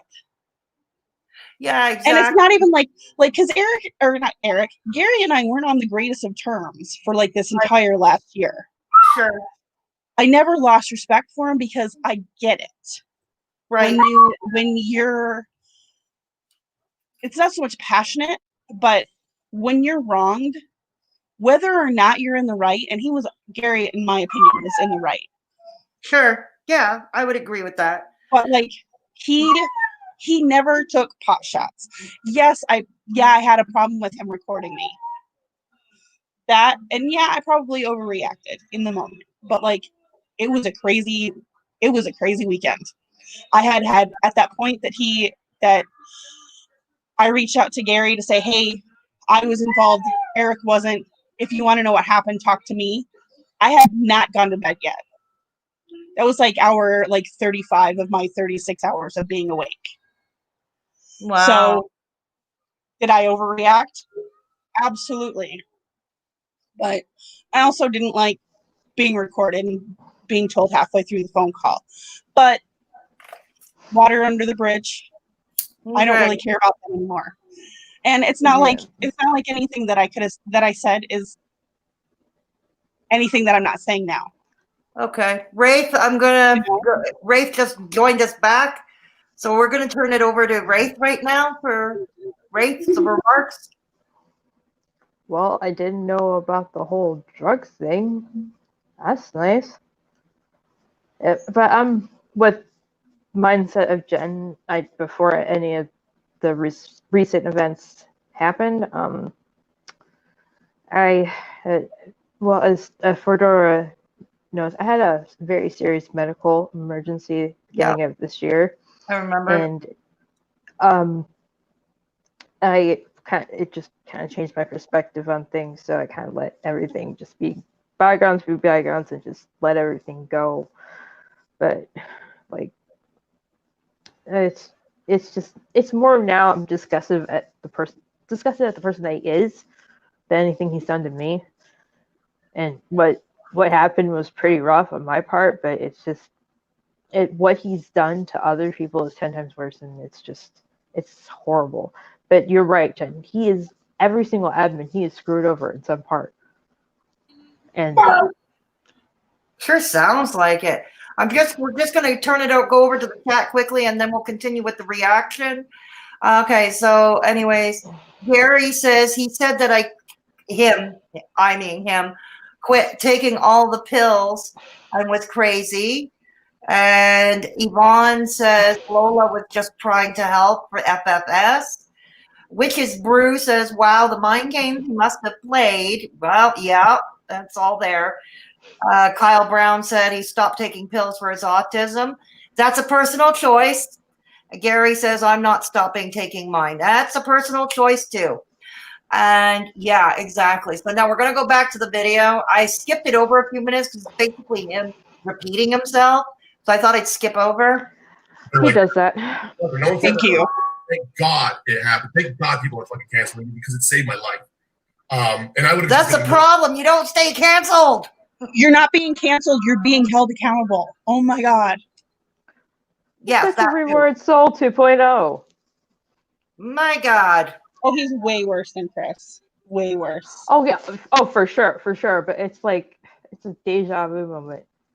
Chris, at least, to his credit, and don't get me wrong, he doesn't deserve any Medals of the Year awards for mental health advocate. Let's be clear, he was problematic and he deserved to get canceled.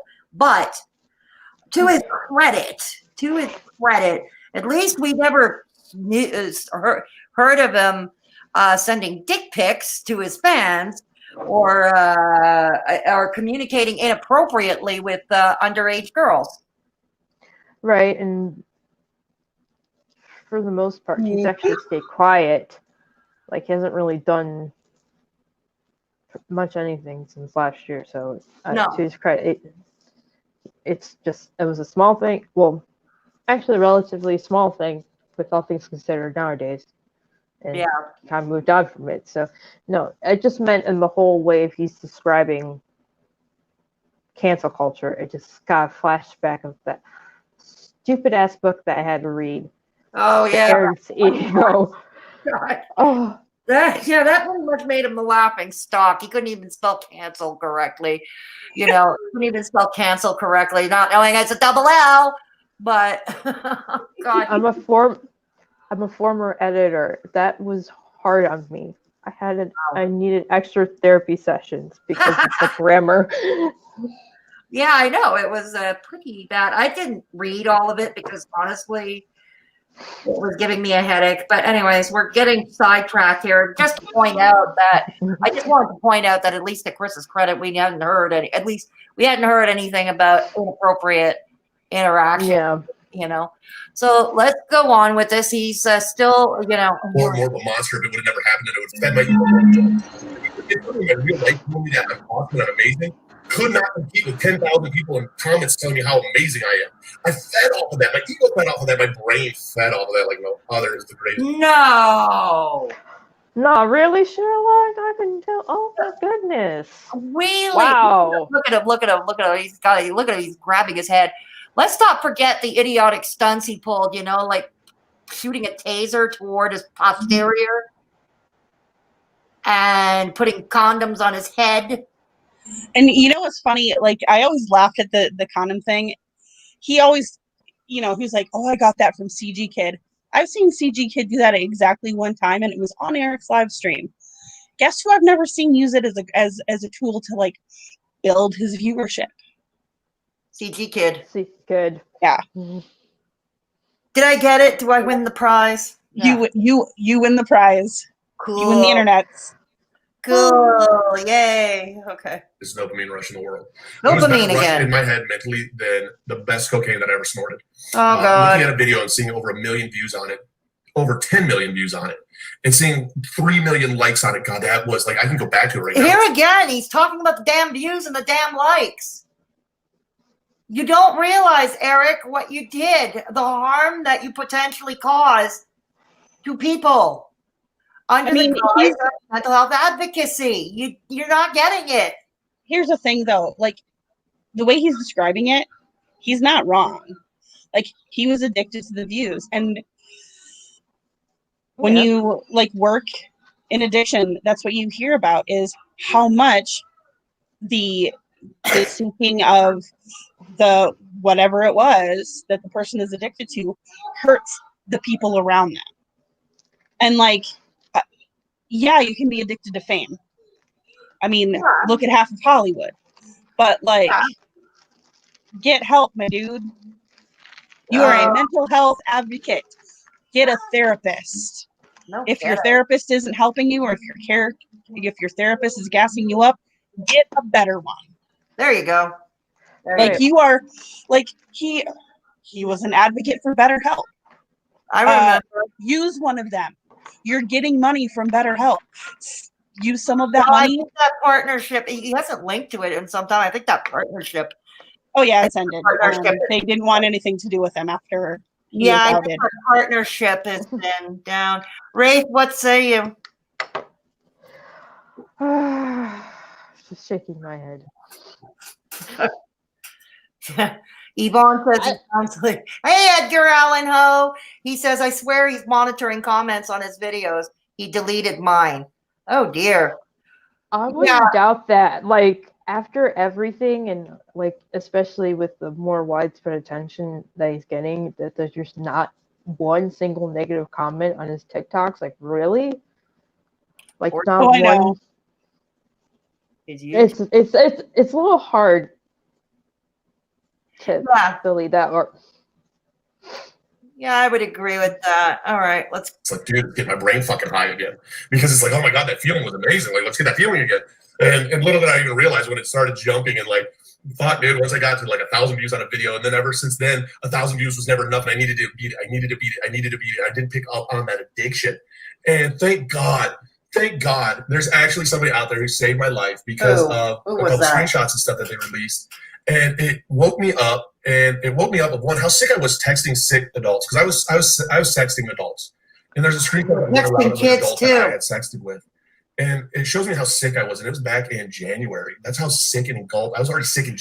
You were texting inappropriate stuff, like a vulnerable 16-year-old asking about if her pits smell or if she farts. And let's be clear on that one. She didn't initially she reached out to him. But in this conversation, he reached out to her. He reached out to her. Yes, she may have posted something on social media that she was feeling whatever. He could have commented on that publicly rather than contacting her privately. I would agree. It was a live stream. You have a live chat going on. I've never done a TikTok live, but if I understand correctly, there is a live chat that goes with TikTok live. Yeah, it goes by pretty fast, actually. Okay. Yeah, it's pretty bonkers. All right. Yeah. All right. Yeah. Okay, let's go, Eric. Oh, check out that face. January. Before I was even blowing up even bigger on social media, I was already sick and just feeding that. Hang on, my computer's weird. And then all of a sudden, this computer's tired of the BS already. Buying all into this, and people are calling me all these crazy things. Like, I've been called all sorts of weird things. I mean, I've had people literally flat out just tell me, the common denominator between my wife's suicide and my dad's suicide is me, so it obviously is me. I mean, I've been going through shit like that before, and there ain't no victim there, dude. Whatever. You can call me whatever you want. Call me a piece of shit. I would love for somebody to do a video. Just call me a piece of shit, because that's what Ding! Hey, Eric, you're a piece of shit. You're a piece of shit, dude. This is a video. We've been on for about an hour and a half. Yep, a piece of shit. Pretty much calling you a piece of shit. Yeah, that's what we're doing. We got your blessing to do it. Not that I need Here's your son. Not that I need your blessing. I don't, because I would do it anyway. Everybody knows I would do it anyway. But oh, by the way, Gary, if you're still in the chat, I watched your videos, and you have a very good point about his dad's suicide and him watching the video about that guy's suicide on Facebook. That in his PTSD, that's a very, very, very good point. by the way. So it's a very excellent point. Wow. I just want to give you kudos for that. Cool. Hey, nurse, just joined us. I think it's the first time we see you. Welcome to Straight Talk and Fedora Chick. Hey, Liam, good to have you. Thank Hey, you. Liam. Hey, Liam, good. Never had a screenshot save my life, and that's an evil thing to say regarding suicide. It is evil. It's true. I mean, it is. And the thing is, like, I'm not going to sit here and say, oh, you know, he caused this, that, and the other thing. Like, I get, like, his PTSD derives from having to literally clean up the mess after his father committed suicide. I would never want anyone to go through with that, and I'm sorry that he had to go through that. Yeah, Problem is, he also discounts other people's PTSD. this is true. He does. He's discounted Gary's PTSD. He's discounted my PTSD. He's discounted trauma for. He's like, don't even get me started on how he treated Leafy Greens. I may not have agreed with how she handled things. I understand why she got so upset the way she did, but like if you're not with like he's literally, if you're not with him, you're against him, and he will absolutely use everything in his arsenal to attack you. I can vouch for that because I got like threatening texts like every day for a week just because he thought I was sabotaging him, which I wasn't. I was just talking to people and trying to help them through stuff. Shit, that's all I was doing. That's why so yeah, he is a lot. Yeah. Yvonne, we're not talking about Leafy, the commentary channel that had his channel taken down. We're talking about a young woman named Leafy Greens. Like Leaf, L-E-I-F, like Leif Erikson. Yeah, exactly. That's how her name is spelled. Leaf, letter E, like capital letter E, middle initial type thing. Greens. Leafy Greens. I am. I mean, we're all a little crazy. I mean, this is the mental health community, but I mean, we all go a little mad sometimes. Right. Oh, sorry, I can resist. But like, to answer your question, Edgar, just to answer your question, apparently, yeah, he is a recovering drug addict and alcoholic.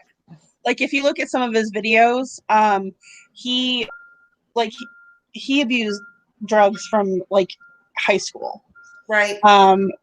From taking LSD in class, moving to cocaine, moving to cocaine. Most of his adult life, he was literally speedballing all day long through work. And you know what? I'm glad that he got clean. At the same time, fame's a hell of a drug. Yes. You know, I hate to, put that on him. I've never been an addict. Mom, is Lightning Dory the last one? Sorry, I hit the wrong button. Sorry. That's all right. I'm on my phone. We self-medicate from Good morning. What? Yeah, we self-medicate with mental health. Mom, it's not the morning. Oh, there's a child in the background. Okay. Yeah, hang on. Hey, Brown Girl Life. Glad to have you. Good to see you. That is very true. She can't stay, but wanted to come by, give a thumbs up, send some love. Oh, thank you. That's very much appreciated, Brown Girl Life. Very much appreciated. Okay. Very much appreciated. All right. Let's go back to this.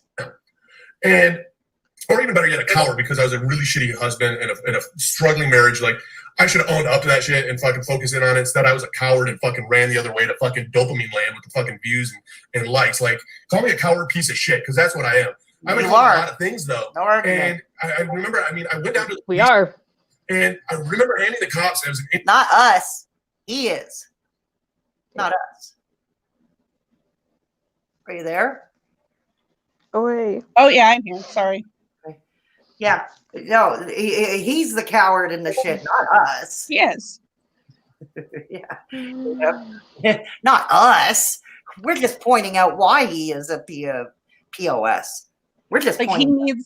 he needs therapy. I'm not sure if they're, and that's the thing. Like, there's no treatment centers for this kind of addiction. But what he needs, you know, I know he was partnering with an addiction center out in California.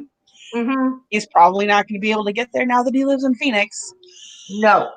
But like, you know, there are mental health, you know, treatment centers that you can go to when you're going through stuff like this. Okay. You know, celebrities do it all the time. This is true. Hang on a second. Going to the chat for a second. We got new people. Hey, Dragon Lion. Good to see you. Amanda Ruiz. Brand new person. Welcome to Straight Talkin' Fedora Chick. The first time I saw Eric's TikToks, I felt something was off about him. That's not the first time. I'm hearing a lot of that lately from people. I joined the Discord, meaning his Discord, not mine. His Discord. I joined the Discord and never really went on about it. Only found out about the sick things he did recently, and I'm not surprised. Okay, thank you for your remarks. And yeah, you're not the first person to come to us with that. Speaking of Discord, sorry. I don't think it was LSD, Kyle. I think it was something else that did the whole. It was another hallucinogen component. Mushroom? Mushroom? No. Bath salts, components of bath salts. Remember, it was a whole. Okay. It wasn't LSD. LSD makes you trip. It doesn't make you hungry. No, it doesn't. That would be a PCP thing. Yeah, and isn't there something like, what's it called? It's synthetic pot. It's synthetic. Oh, Special K? Is that what it's called? Yeah, it's Special K. Oh, I was right. Yay. It's not pot. It's synthetic. Yeah. But here's the thing, you know, and some of the people in the addiction recovery community had pointed out that some of his videos on addiction were actually triggering to them. Like he was not providing advocacy. He was not on that front. They felt triggering. That's, I mean, I have PTSD, and that's true because you're always paranoid about getting into a bad situation again. So you always have a guard up about something. So if you sense something's off, and I regret being a part of that, because that's back when I was editing his videos when people first started having a problem. And again, as somebody who's not an addict, like literally the worst thing I'm addicted to is nicotine. And I know it's bad, but like, give me advice. Let me have one vice. True. You know, but like, I got a lot of, you know, really constructive feedback, especially from people like Jexy. But I didn't realize how badly it was affecting people. And I went to Eric and said, hey, you know, maybe this isn't the direction we should go with this. And it wasn't too long after that he just started editing his own videos again. Oh, wow. Well, yeah. Speaking of Discord, Rafe and I have a Discord server. Jenny is a member of it. If you have, and I'm neglectful. I'm sorry. So we're going to pump the Discord server in the chat now. If you haven't joined already, consider joining. You have to be 18 and up to join. The reason for that is because we're not equipped to handle teenagers. At least I admit my shortcomings. I come by my shortcomings, and honestly, we're not equipped to deal with minors. So you have to be 18 and up to join. You have to go through a short verification process because we did have an issue with trolling once, but we nipped that in the bud. And it's a drama-free server. It's a place to kick back. There's a room for every interest, from politics to cooking to memes to artwork. And there's a venting corner and all of that lovely stuff. So come and check us out. Come and check us out. Yeah. Chill environment. It's a very chill environment. Yeah. Rafe handles all the tech. because Some glorified tech support. she handles all the tech because we know that I can't. Because we know I'm too old and too damn not cool. But yeah.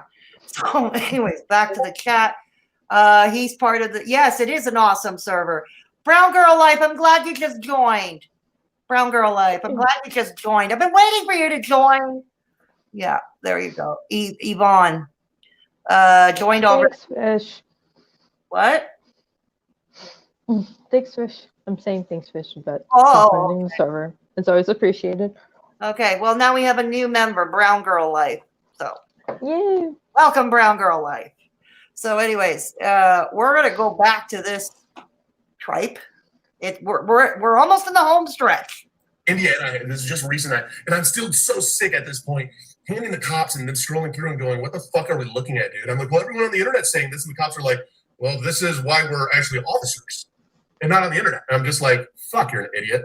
And it started to slowly wake me up a little bit, and it took. All right, let's do a reminder. Let's put Dr. Brendan's TikTok on as a reminder about the cops thing, because we know him going to the cops was false. Well, he went to the cops, but What? like he went to the cops, but like they were just like, "What are you showing us? Like, what is this?" Like he didn't go in and like you're listening. Sorry, I'm trying really hard not to be mean here. Go ahead. When he speaks, it's word salad. It is word salad. You have to think about, like, the cops were just kind of like, what? What are you showing us? Basically, it's more of he gave them information without any context. Yeah, well, let's hear from Oh, it's normal speed, Yvonne. Hang on. So I just want to give you guys all an update on the Eric situation. We have gone to the authorities with all the evidence we have. We've cooperated with them, and we've given them everything that we have. We also checked on his report. It is not an official report. It is just a filing number. And from the looks of the officer, they didn't have any clue about the evidence that we provided them with. But the main reason we are making this video is because if you are a victim, if you have been contacted by Eric or had any of these inappropriate messages done to you, please consider coming forward. Message us so that we can help the police with their investigation. Thank you so much for everything, and please spread the word as much as you can. Okay, Jenny, since I can't pronounce the word, give the name of this we know he's Dr. Brendan L, but what's his TikTok handle? So if anybody wants to check him out. Dread Behemoth. Dread Behemoth? Mm-hmm. All right. Okay, on TikTok. He's a pretty chill guy. He's a what? He's pretty chill. Okay.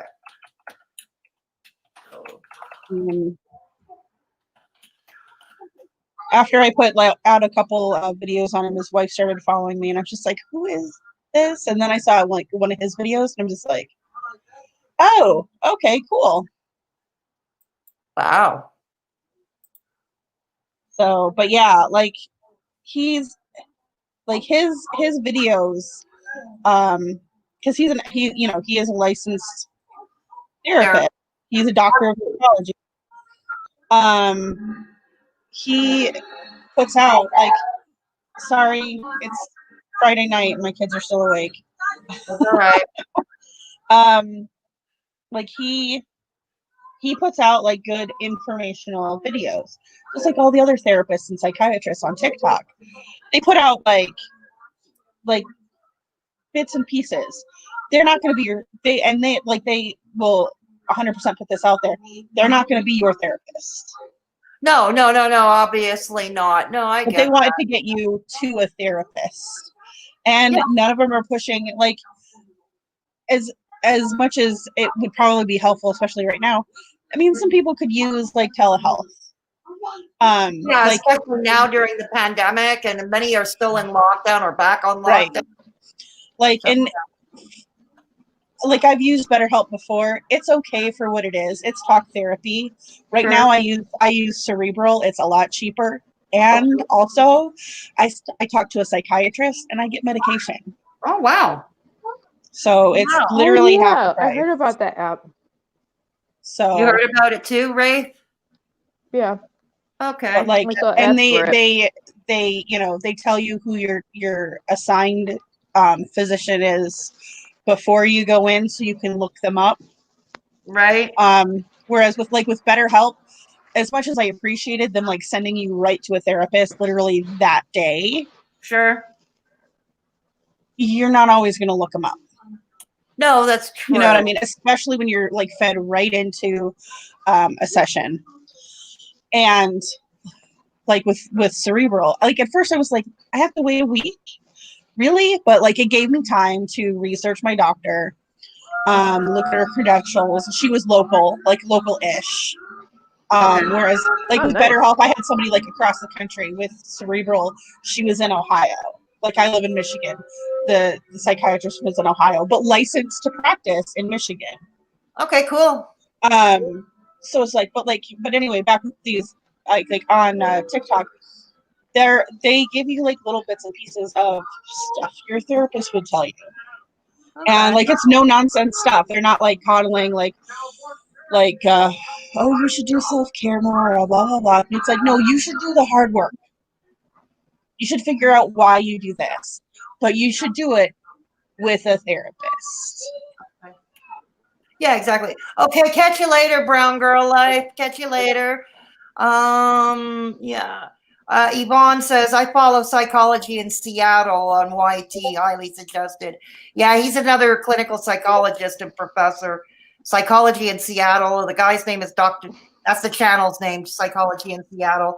I'm not really a fan of his, but I'm not, honestly. He talks about more like the contestants or participants or whatever you want to call them on reality shows. He talks mainly about 90 Day Fiance, but yeah. Anyways, we're going to go back to the video because we got to get to the home stretch. It took a lot to get me from this addiction. I mean, this was a hardcore addiction. Like with drugs and alcohol, when I quit that, I mean, I literally hit my rock bottom at one night and I woke up. This wake up period has been a while and a time coming to the point like, I don't even really care to ever release another YouTube video again. I probably will because I do enjoy parts of it. Whatever. I don't fucking know. Who gives a shit? I don't even think that far ahead because I like the outside now more. And then next thing you know, they're still calling me this. And then they're like, how do we even know you went to the police station? So I go to the police station. And this should have been even one of the wake-up calls, but it wasn't. I literally go in there and I'm like, hey, everybody's calling me all these names, a pedophile, a rapist. I mean, I was told I rape people. Also, the person that was in question was 14, all these different ages and shit. I'm just like, what the fuck? But I'm so sick that I'm not waking up to it. And I'm like, here's my phone. She scrolls through it. And she's like, okay, are you okay? And I'm like, oh, I'm fine. I wasn't fine. I'm fucking shaking. She obviously knew I was sick, but couldn't help me. I didn't want even help at that moment. She's like, what am I looking for? I'm like, I'm a pedophile. I'm a groomer. I'm here to hold myself accountable. Just like fucking martyr all us here. Let me put my God. on the internet. God, Dear Lord. And she's like, dude, you didn't do anything illegal or wrong here. Like, what am I looking at? Like, I'm looking at like fucking like 13 different screenshots. And why is it from Instagram to this app? Like, what am I even looking at? And then when she broke it even down to me, she's like, there's nothing even here to file. And the sergeant even, I had to just bring up the fucking, like, go talk to your sergeant. She's talking to her sergeant. She's like, okay, I'm going to take the word of that Dr. Brendan or Dread Behemoth that we just talked about on TikTok. I'm going to take his word over Eric's right now. And once again, anybody watching, whether you're a minor or not, or you know someone who was negatively affected by Eric, where he like broke the law, please contact your local authorities. They will point you in the right direction. At least open a file with them. I encourage you to do that. All right, ladies, take it away. Like that was a lot. Violin. That was like a lot. Time. Let's start with Ray. Hang on. Let's start with Ray. That's all I got. It's World Smallest Violin. Because this is just. Oh my god. I got a lot and then nothing at the same time because this is just. I now know how the Hulk feels. Wow. That's all. I mean, I'm just sitting here. I was listening to it, and none of it made sense. Like, No, because the way it sounded like it is he went in already agitated, worried that and playing up that he was worried that he'd done something wrong. And it's like, he should know from past experience with dealing with not just Chris Sorensen, but we'd also had like 2 other people that we'd had to turn into the authorities on the server. Like, the authorities do not care about grooming. They don't. No, and I'm not saying they do, but I'm saying, Um, but it's saying like to that minor, for instance, like the smell fetish. I mean, to me, again, this is my opinion. I'm not an expert, but this, to me, this is kind of, I don't know, is it exchanging porn with a minor, and is it illegal? like, I get what he was saying from his perspective. He words things incorrectly. And it's dumb to, it's not his place to ask these questions. He's asking, you know, are you depressed? Have you taken a shower? When's the last time you took a shower? Get up and take care of yourself. But at the same time, the way he's wording it, it's 100% inappropriate. Like, there is no reason that you, somebody who is not this child's parent or caretaker in any capacity, should be asking that question. No, exactly. To me, it sounds like a smell fetish. It's a really gross and twisted smell fetish. I don't think it's that, honestly, from like just conversations I've had with him. When he asks you, like, because talking with him, he's literally asking you if you're taking care of yourself. But still, it's inappropriate. Like, can you smell, like, has it been so long that since the last time you showered that you can literally smell yourself? Oh boy. You know what I mean? Like, Ray, because if it is, it's been way too long since you've had a shower. Hang on, I'm going to bring Wraith in. Wraith, what say you? Smell fetish or just inappropriate wording? See, I'm with Jenny on this because we have the whole driven after dark, like our whole twisted sense of humor and us just talking for hours like that. Like, initially when stuff started to come out, not like when this eventually blew up and I saw your first like live stream that I missed and then saw Jiffy's post on Twitter. It was Gary's first initial video that I saw about things that I kind of went, huh? And I was talking to Jiffy about it initially. Because like Jen said, like how we used to talk and stuff, and like he's very blunt and has terrible time warning things. But on the other hand, how he's talking in the video about describing his experience at the police stations, it screams like telenovela. It's so soap opera dramatic. Yeah. That sounds complete bullshit. So yeah, I can understand both sides of how it sounds like the text sounds like a complete fetish because he's focusing on that, but also focusing on like a sexual fixation on the smell, right? And then keeps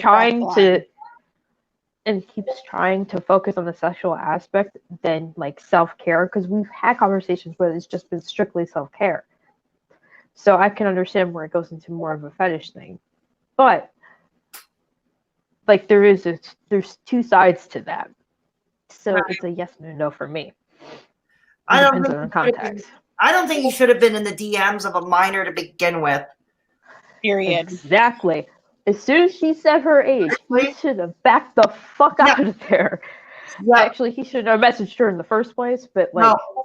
I'm not going to disclose who exactly it is because I know who this person is. Okay. I don't follow them on social media. They follow me. Right. I don't follow minors, period, unless they're related to me. I make it a point to not follow minors, and I make it a point that my channel is not for children, you know. I mean, right. True. Very true. But like, she follows me on social media. I know her age. It's literally listed on her profile. There's no way he missed it when going to message her, because you have on Instagram, you go to the person's profile to message them. Oh, or at least okay. So it's on Instagram. Okay, yeah, that changes. Yeah, right. Dumb fuck. Like he is. Yeah. I mean, because he said he'd in a previous video he said, oh, I saw that she'd posted on social media. I know backstory. He saw a post on Instagram, Right. and I mean he did end up messaging her in WhatsApp, but still, Yeah. because she's not in the US. That's literally all I'm going to say as far as like identifying anything, because she is a minor. But and I think that's another thing I'm going to point out, because I've seen in a couple of videos where people are just like, well, what is he doing messaging there at 4 o'clock in the morning? 4 o'clock in the morning, her time, not his time. Ugh. No. Wow. Yeah. So that's why there is a time discrepancy. So like that's a little less creepy on his part, but like still it's 4 o'clock in the morning at her time. Wow. No, But- it is. And- Yeah, it's just all around. Like, he had to have known the time difference between. Hi, Marina. Hey, how are you? Maria. Good to see you. Knowing the time difference and paying attention to it is two different things. Yeah, we're just going to go to the chat for a second. Hayner says he claimed he was checking on here because she was suicidal. Because when I'm having those thoughts, I want an old nasty perverted man coming after me. He's ridiculous. Yeah, I would agree with you there. Shadow Man Legacy, welcome to the channel. Welcome to the channel. And here's the thing, like we actually tried mitigating all of that. Like we tried to set it up so Eric wasn't answering the messages anymore. We set up an entire different phone number for people to sign up, and the people answering the messages was me, Jiffy, Emily, and Laura. Okay. We were answering the messages because we wanted Eric to get back to some sort of less stress. Right. Take that away from him. And he just refused to put out the new number. We're just like, dude, just do it. And I think he put it out like 3 or 4 times. Oh, wow. But I mean, we still got like a crap ton. I mean, in the chats, we would put the number in there. We would put the new number in there. Like when he was doing live streams and stuff, we would put the new number in there. I'll tell you that I gave him advice, private message, a year and a half. What was it, a year ago or something? Okay, because at that time he was threatening, and I don't know if anybody remembers this, but he was threatening to take legal action against Leafy Greens. There was nothing he could have done. What? There was nothing that he could have done. There's not even any defamation. No, there wasn't. But here was the thing that I really didn't like. Like, again, I didn't agree with a lot of what Leafy Greens was saying or doing. But I also understand it's not an excuse, but it's an explanation. You have to remember she was pregnant at the time. And during the pregnancy, she was offered meds because many of those meds can cause harm to the fetus. So she made a decision to go off meds in order to ensure a healthy baby. And I think that is more than valid. I think it's more than fair. I think it's admirable. You want to give the best chances you can to to have a healthy baby. Right. But at that time, consequently, in her own way, and there he was. This is why I thought, like I was saying, Eric, why are you threatening this poor young girl? Okay, just don't watch her if you don't like her. And you doing that, and it goes publicly, you come off as a bully. As much as people might not have liked what Leafy Greens was saying, it's still a bad look. Sales rep guy who seems to have his shit together versus a frantic pregnant woman. And she was already going through so much at the time anyway. Exactly. Like she was dealing with so much and have like all this other stuff with Eric on top of it. It was like, you know what? Just leave her alone. Like I even told him like on the phone, I'm like, that video that you did with the quote unquote war paint, it was way too far. I thought that was too far too. I thought he was mocking her, and it's like, oh, he absolutely was. He was mocking her, and it's like, This is a girl who was in a vulnerable state. She was on the aftermath. Her channel blew up quickly, and it was on the aftermath of the Rewired Soul and Repzilla after her. And Marina, he lives in Phoenix, Arizona now. yeah, that's where he is. He's in Phoenix. So he, you know, so it's like, and I remember when he was threatening, he was talking in the video about potentially taking legal action against Leafy Greens. It's like, no, Eric, don't do that. And it's going to be a bad look for you. You're going to come off as a bully. As unpopular as she may have been, I think it would have made him look, because I think most of us understood that she was pregnant. She's got the hormones going. She's off her meds to try to ensure a healthy baby. You know, it's like, do you really want to add more stress onto this girl? It's a bad look. Don't do it. And I told him also, and I also suggested, I said, I don't think you should be giving your phone number out if you've got it mainly like on TikTok, where much of your audience are minors. I don't think you should be giving your number out. But, you know, what? But I don't know his attitude. He ignored me pretty much, didn't answer. Right. Well, he had started out by giving his number on Twitter, like in 2018. This is well before I knew him. Yeah. And it gained him some notoriety on Twitter. Right. And right about the time that he started blowing up on TikTok is when he started getting some pushback on Twitter. And that's also about the time when like Gary started calling him out. Right. So it's just kind of like he went from like one failing platform to one where he was thriving.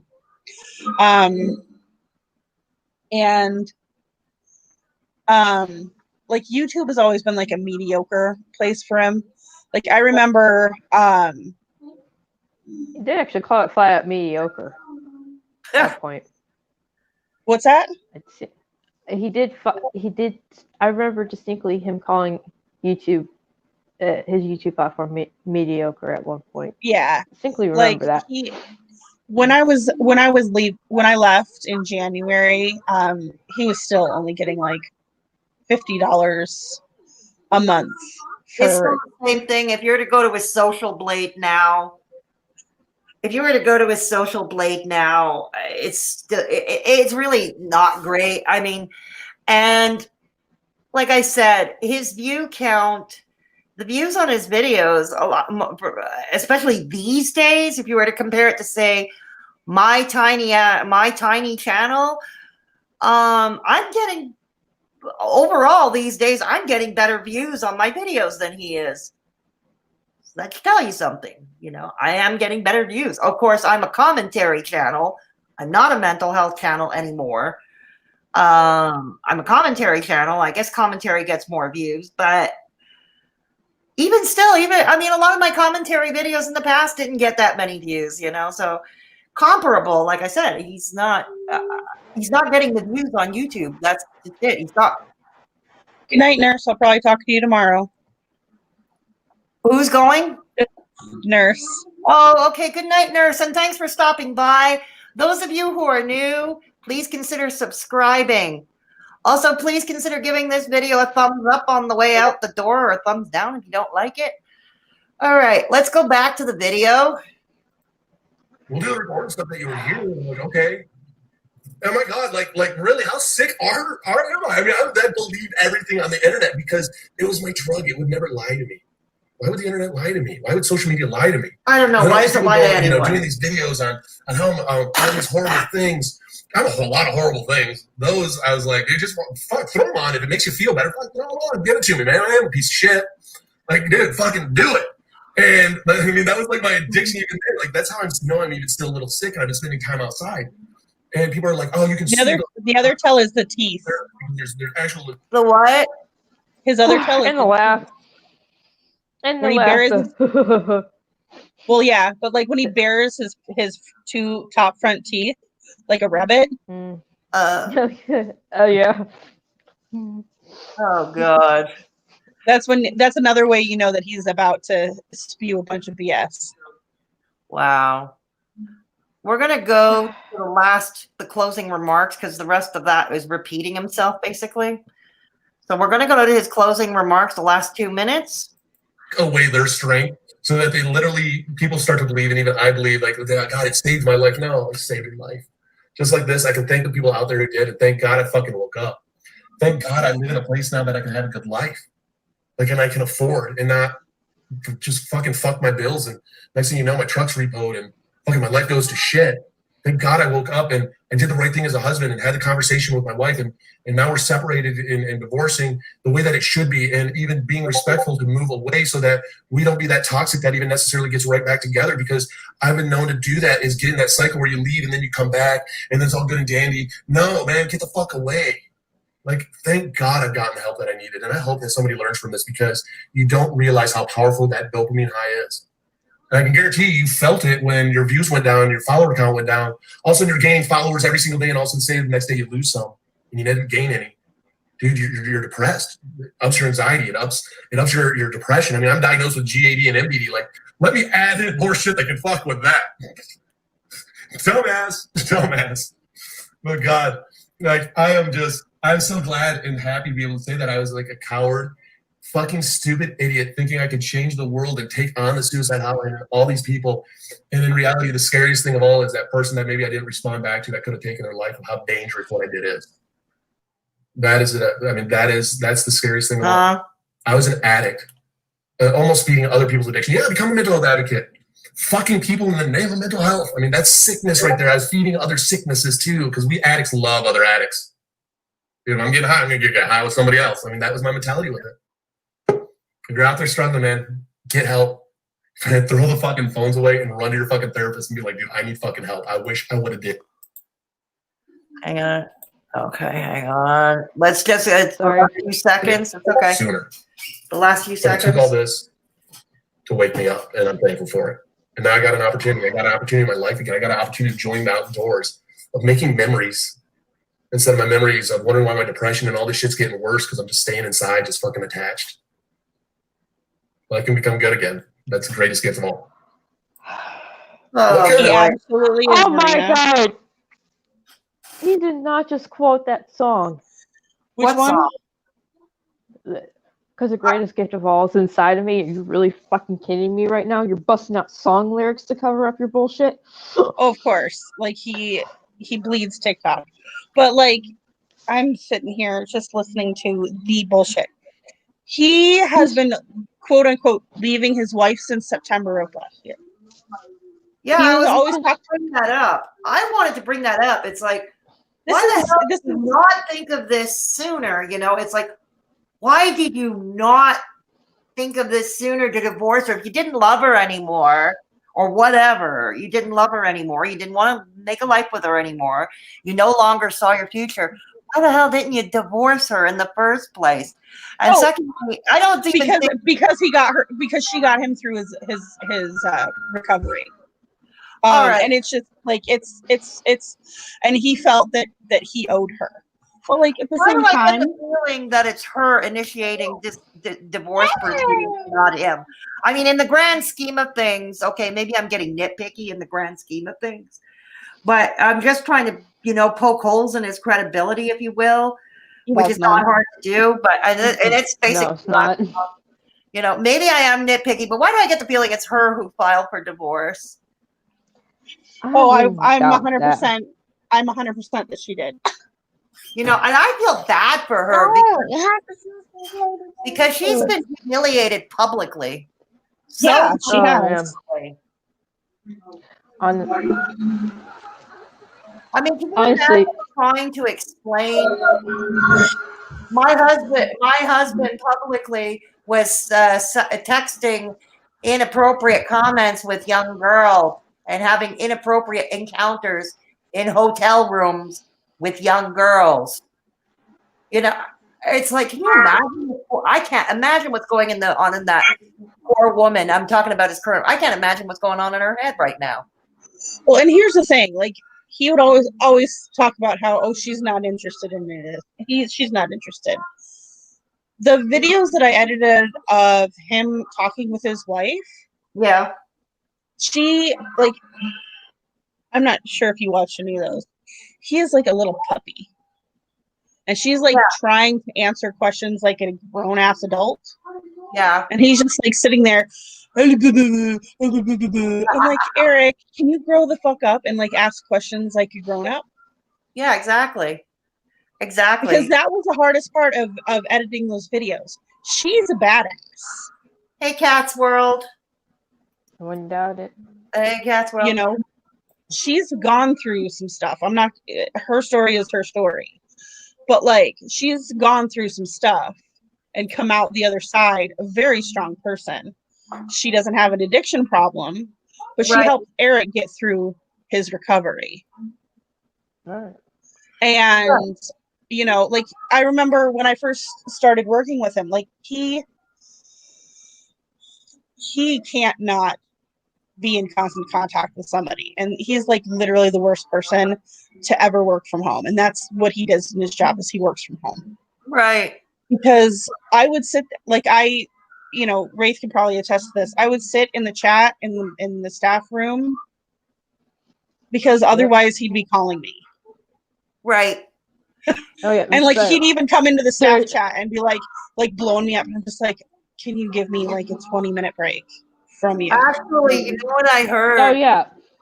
Like Sorry. this, we always had to be in the staff chat because there's.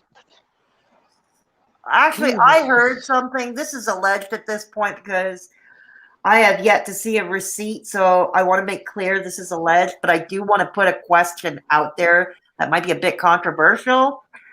But again, this is alleged. Okay, because I don't have a receipt. But I had heard from a source that at his job, there was a sexual harassment suit against him and the company he worked for. Oh yeah, he like, I don't know the actual details because he never told me about it, but there was a lawsuit against him. And I heard that they settled. Hello? Yeah, I heard that they settled. So I don't know like the ins and outs, but Okay. he did admit that there was a lawsuit against him. He didn't tell me what it was. Okay. But like, I think the reason that like he worked so well with like me and like Jiffy, Uh-huh. one, he's 100% not my type. Jiffy's Right. a lesbian, Yeah, that's right. She has her and wife. She's happily married. after dealing with all this shit, I'm done with men. Like, Right. in any capacity.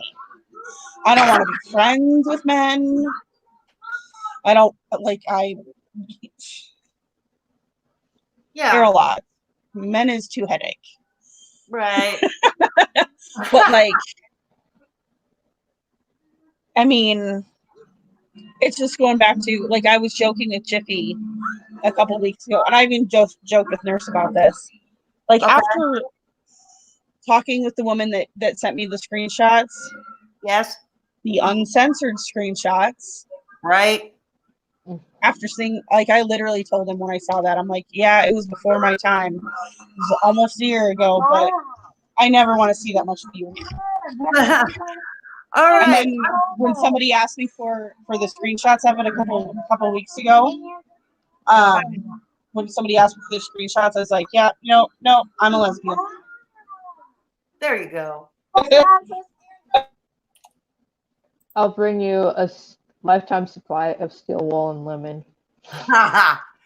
You know what we're going to do now? We're going to just go over the comments section because I don't know how he has that many more likes to dislike ratio. I really don't know how. So let's go over the comments, see what they're saying. Okay. If that's okay with both of you. The first one, I think we know her, Real Talk Recovery with Nicole Pludry. Yeah. Yeah. We know her. Okay. I help people every day. The difference is I do not talk to children. No one 18 and under. Another thing I do is I take time off. Okay, that's sound advice. And that's the same thing. Our Discord server, we don't take kids. We don't take under 18. We don't want to be caught up with that mess. You know. So that's what she says. And there's another one. Karima after addiction. Eric, I feel terrible that you're feeling like this. There is absolutely no reason to be this down on yourself. Oh no, a supporter, a female supporter. I have seen videos about people bringing up points, but they are to do with inappropriateness toward young subscribers. That's the only issue I think people were getting down on you for. Is any of this true? Well, the receipts are out there, dear. Yes, of course they're true. The receipts are there. Your condom unicorn videos were funny to me. I'm glad you found them funny. I thought they were stupid. You've got a dry sense of humor. No, you don't. And I'm that way too. Oh, goody.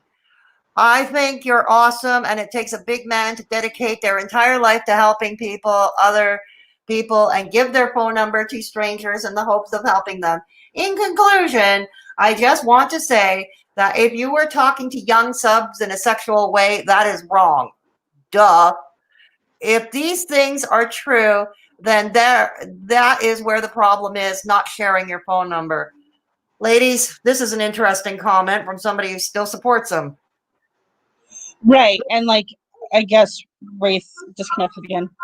Like, here's the thing. Like, there are people who successfully give their numbers out. Okay. But like, they're to a texting service where you get like updates on the website, updates on, you know, when YouTube videos go out, you know, like Philip DeFranco. Yeah. He's got a texting line. It's literally like, hey, we got a merch drop. Hey, we got, you know, this, you know, it's not, hey, you can have a conversation with Philip DeFranco. Right. I mean, but you know, I don't think Philip DeFranco is soliciting minors either. Right.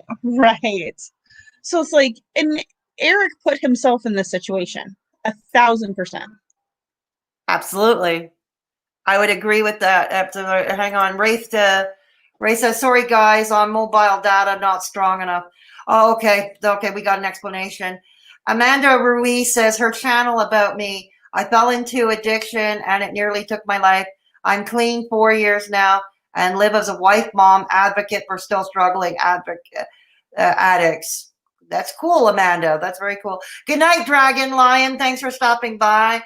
So are his viewers buying at them? It would certainly seem that way. Okay, Wraith, it doesn't look like she's going to come back. She says her internet is down and she can't get back on. So it's just the two of us. All right. So all right. According to Jexy, we know who Jexy is. Mm-hmm. Addiction is all consuming. Just because we aren't using a drug doesn't mean we aren't living an active addiction. True. I'm glad that you have had some self-awareness about how you are living. This is why recovery needs to be the center of all we do.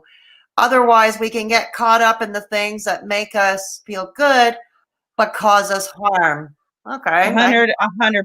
Like, and here's the thing. Like, I grew up in Al-Anon because my mom was an addict. Right.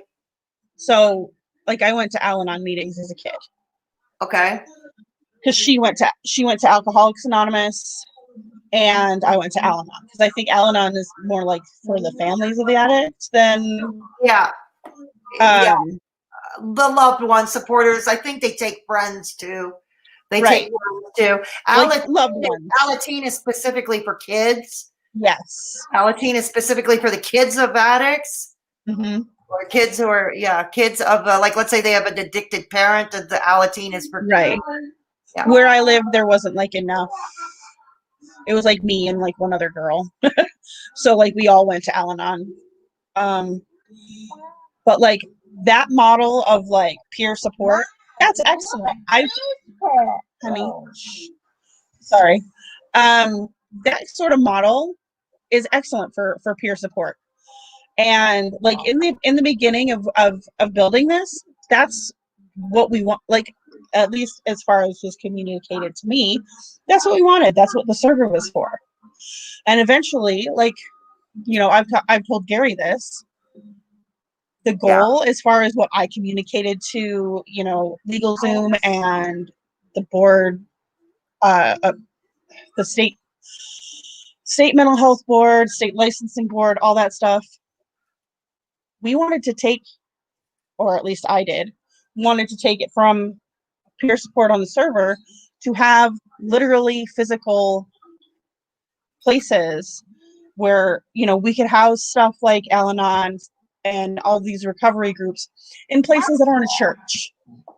You know, Right. because that's one of the people's biggest problems with like these recovery programs is they're almost always in a church.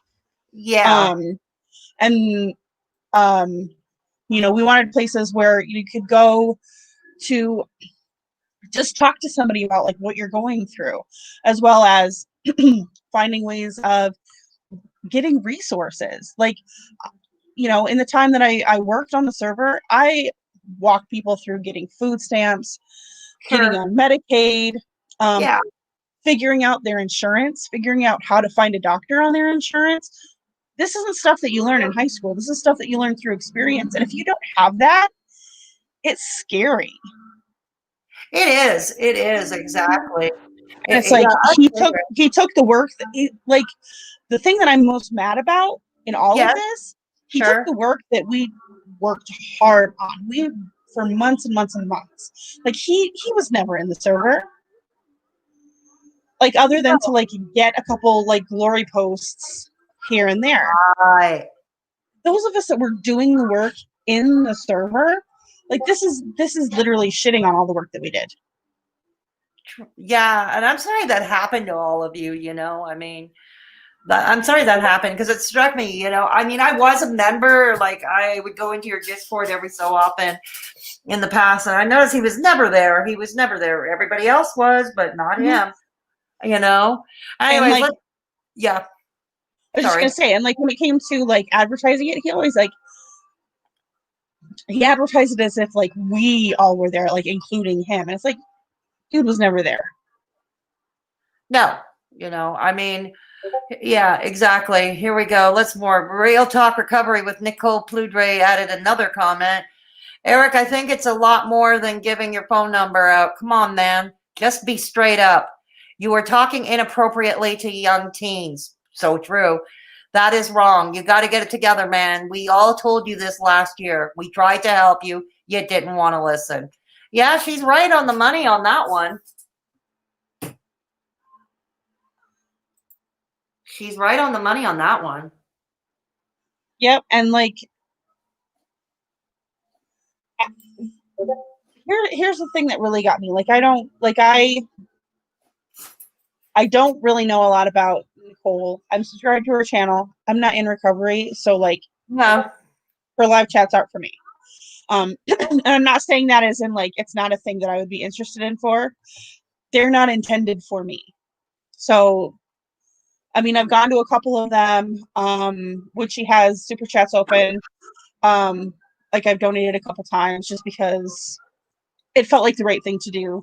She does good work. I mean, I have sat in on a couple of the live streams.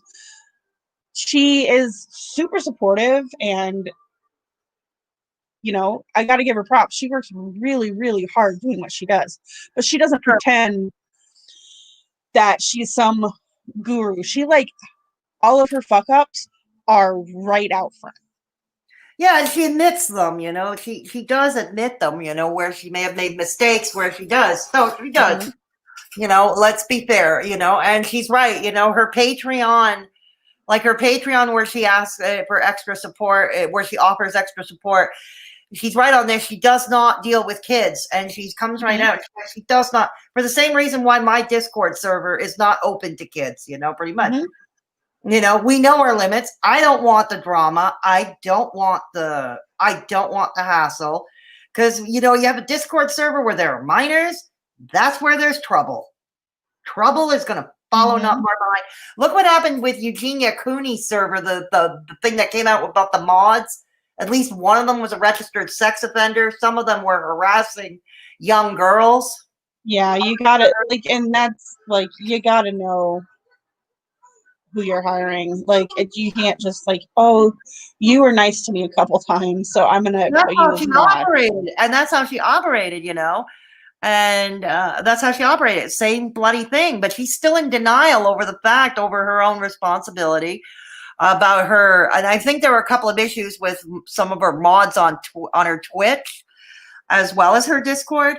You know, like we should have shut down the Discord. In all honesty, like, don't even bother changing it to 18 and up at this point. You know, I think she did shut it down, didn't she? I don't know. I'm not. I hope she took it down. You know, because I think that's it.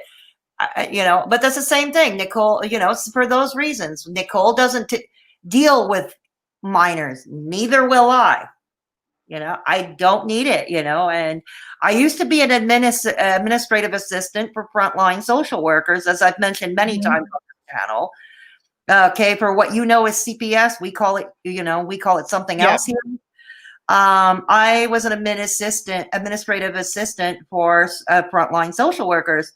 So I know exactly what can happen online and the perils of all of that. And I know my own limitation. I'm not equipped to deal with that, and I don't wish to be equipped to deal with that. Adults, yes.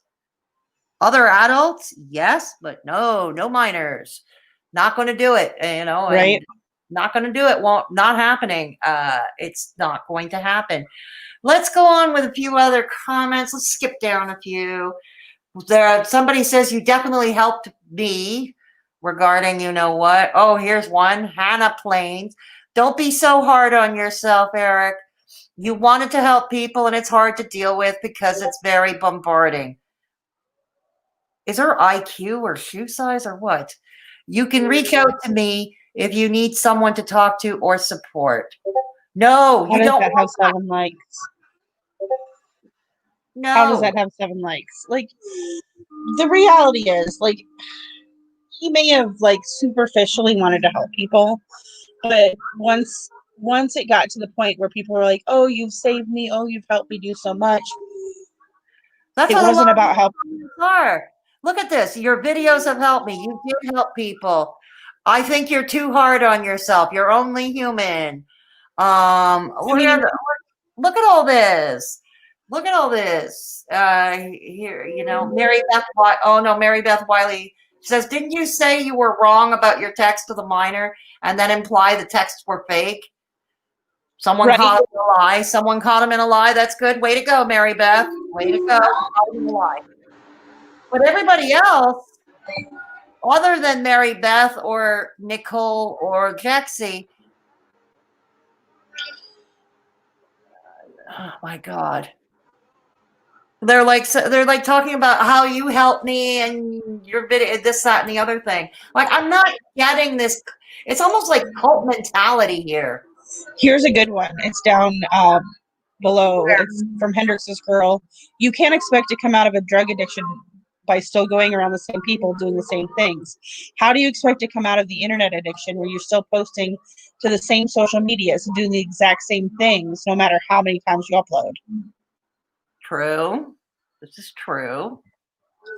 And then she posts down below, that's like saying maybe I can get high every once in a while and be all right. Good point. He should be off entirely. He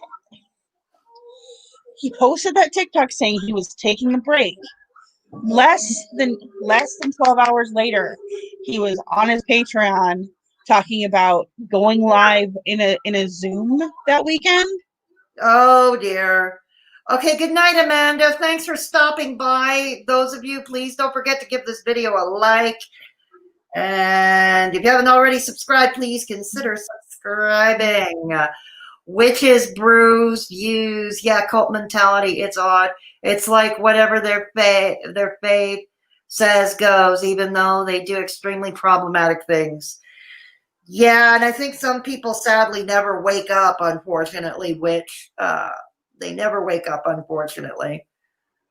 That's the sad reality.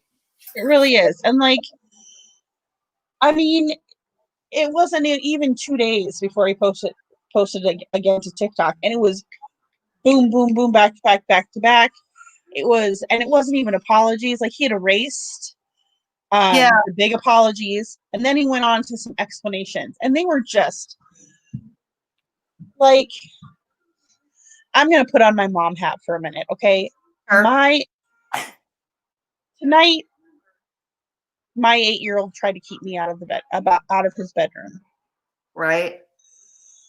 because he didn't want me to see that they'd broken the bed or one of the beds. Right. And you know, the first thing he told me when I went to look in there was, "Don't go in there. There's nothing wrong." Huh. That's what kids do. Don't go in there. There's nothing wrong. That's true. Nothing to see This here. is Eric can't even lie that well. His lies are like, it's literally like if my kid had said, you know, I need to tell you something about the bed, but like it's not really broken. It's Right. like it just collapsed. But also I didn't do it and I wasn't in the room, but I know who did and I saw it. And also yes, you did. Go back and lay down on the couch. Sorry. Okay. You know, like with my kids, I don't like if they did something wrong, I don't react in a way that's going to teach them to lie to me. Right. But anyway, like with Eric, it's just like the whole the thing that really got me was explaining how he personally could manipulate a message. I'm just like, what 15-year-old is going to have 2 phones, first of all? Exactly. Second of all, you already admitted they were you, my dude. Huh. True. Like, you already admitted that you were inappropriate, that you did wrong. So, like, going back and saying, "Oh, but they're edited." Like, no, they're not edited. Like, once you said, "Oh, it's only 2 screenshots out of 12," the other 10 came out real fast, and then there were more and more, and every single day, more and more people are coming forward. Like, hey, I've had this and like I've had this inappropriate conversation with him. I've had this inappropriate conversation with him, and like for the most part, most of them are like just this side of the line of legal. Mm-hmm. But like, Hi. Sorry, Hearts Love just joined us. Hi, hey, Hearts Heart Love. Yeah, well, we're still here. We already reacted to the video. That was a marathon. We reacted to some comments, and now we're just doing the after chat about it. It's basically Eric. Now he portrays himself as a martyr. Right. And all that. And yes, and we're talking about him, comparing him to a child trying to get away with something. The whole nothing to see here thing. And yeah. The thing that really gets me, like, he knew, I don't know if he knew or if somebody warned him, but he had to have known there was something that could really get him in trouble on his OnlyFans. Because that's the only social media that he deleted. Like, he didn't just like stop posting. He deleted it. I think maybe because he had some illegal activity going on. And I know OnlyFans has some specific rules to their terms of service. Well, I mean, they have their own terms of service, but like in the United States, and some, like, I'm not sure if it's every single state. Most states have their own laws. Of course. But in most states, specifically, like, you have to follow industry regulations, like for porn industry regulations. Right. And if he didn't do that on his OnlyFans, whoo, like that's not just fines, that's like jail time. Right. And that would be the saddest thing to me is, I mean, even like, let's forget about the parasocial relationship for a minute. Right. Let's just say it's 2 consenting adults. Okay. Even then, like, if he's not following the rules, he could still get, you know, fined, jail time, whatever. That would be the saddest thing to me, because out of all the things he's done, that's kind of, I mean, that's bad. But like, absolutely. I mean, it's bad. But like, if they're 2 consenting adults, it's not as bad. Right. as the inappropriate messages to teens, the inappropriate messages to vulnerable people. You know what I mean? Yeah, And the I do. fact that those things aren't illegal, but like him like just not following the rules could land him in jail. That's the thing that burns me so bad. It's like the harm caused by his inappropriate messages and everything like that. That's so much worse, in my opinion. Sure sounds Like the trust that he had. yeah. Like he had a lot of like a lot of people trusted him. Like it's not just me. I'm not mad. I'm over it. Like I was mad back in January. Like I'm not like I didn't really talk about it a lot just because like I didn't know who I could talk to, and I didn't want to like burden Jiffy with it.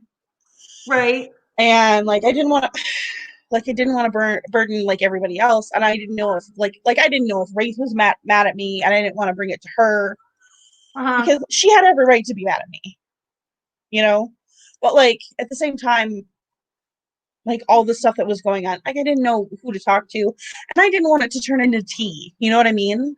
No, I know. I understand.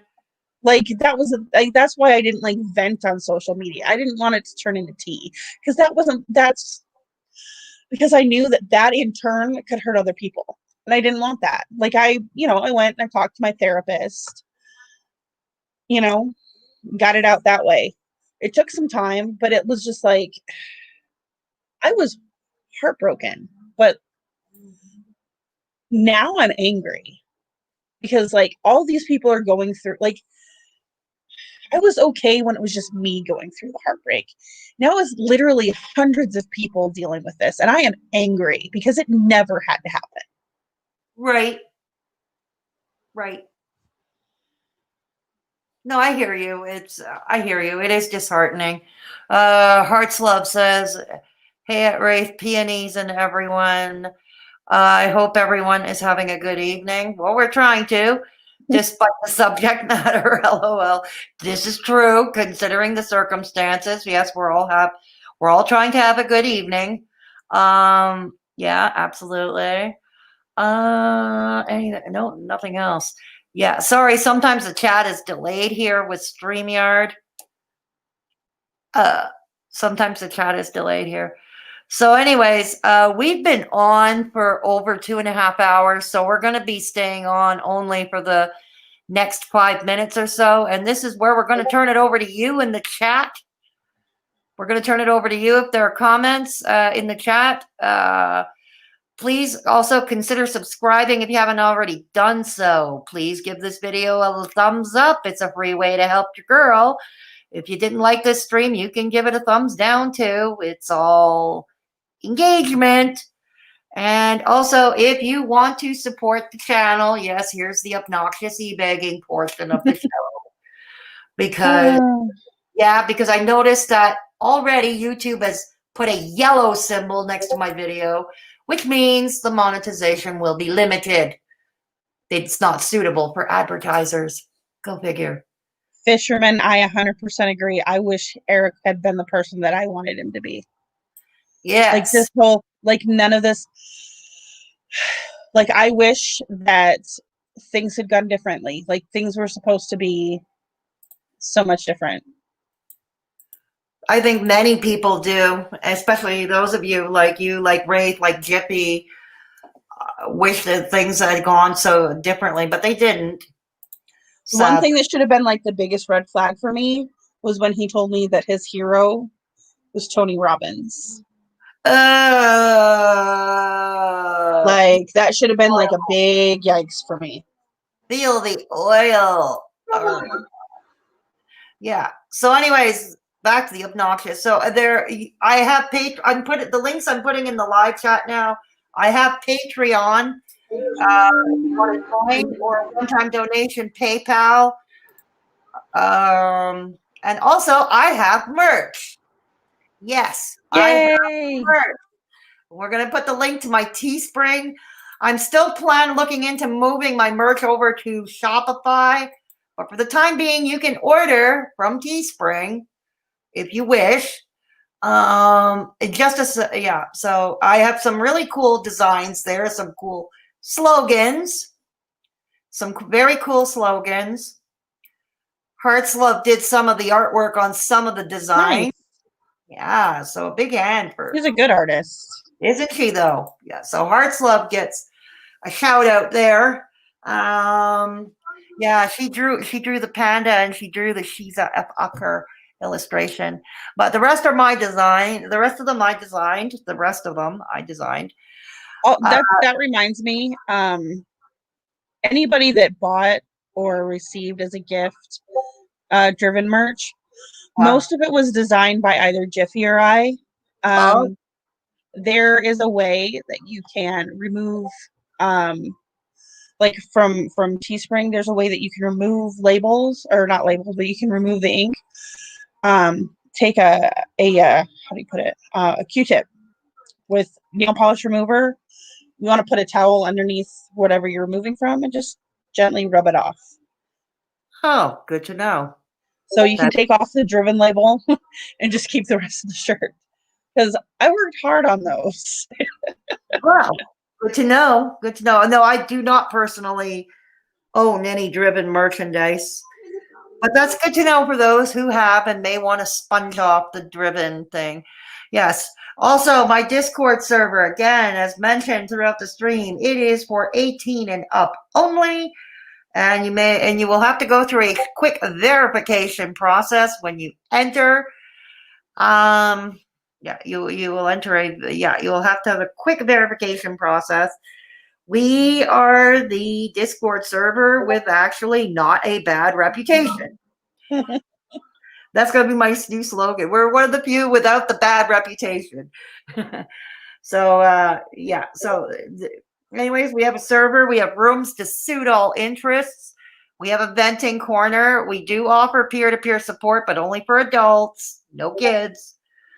And so, yeah, consider joining. A lot of awesome people on board. Oh, I'm glad you enjoyed it with this brew. I'm glad you enjoyed it.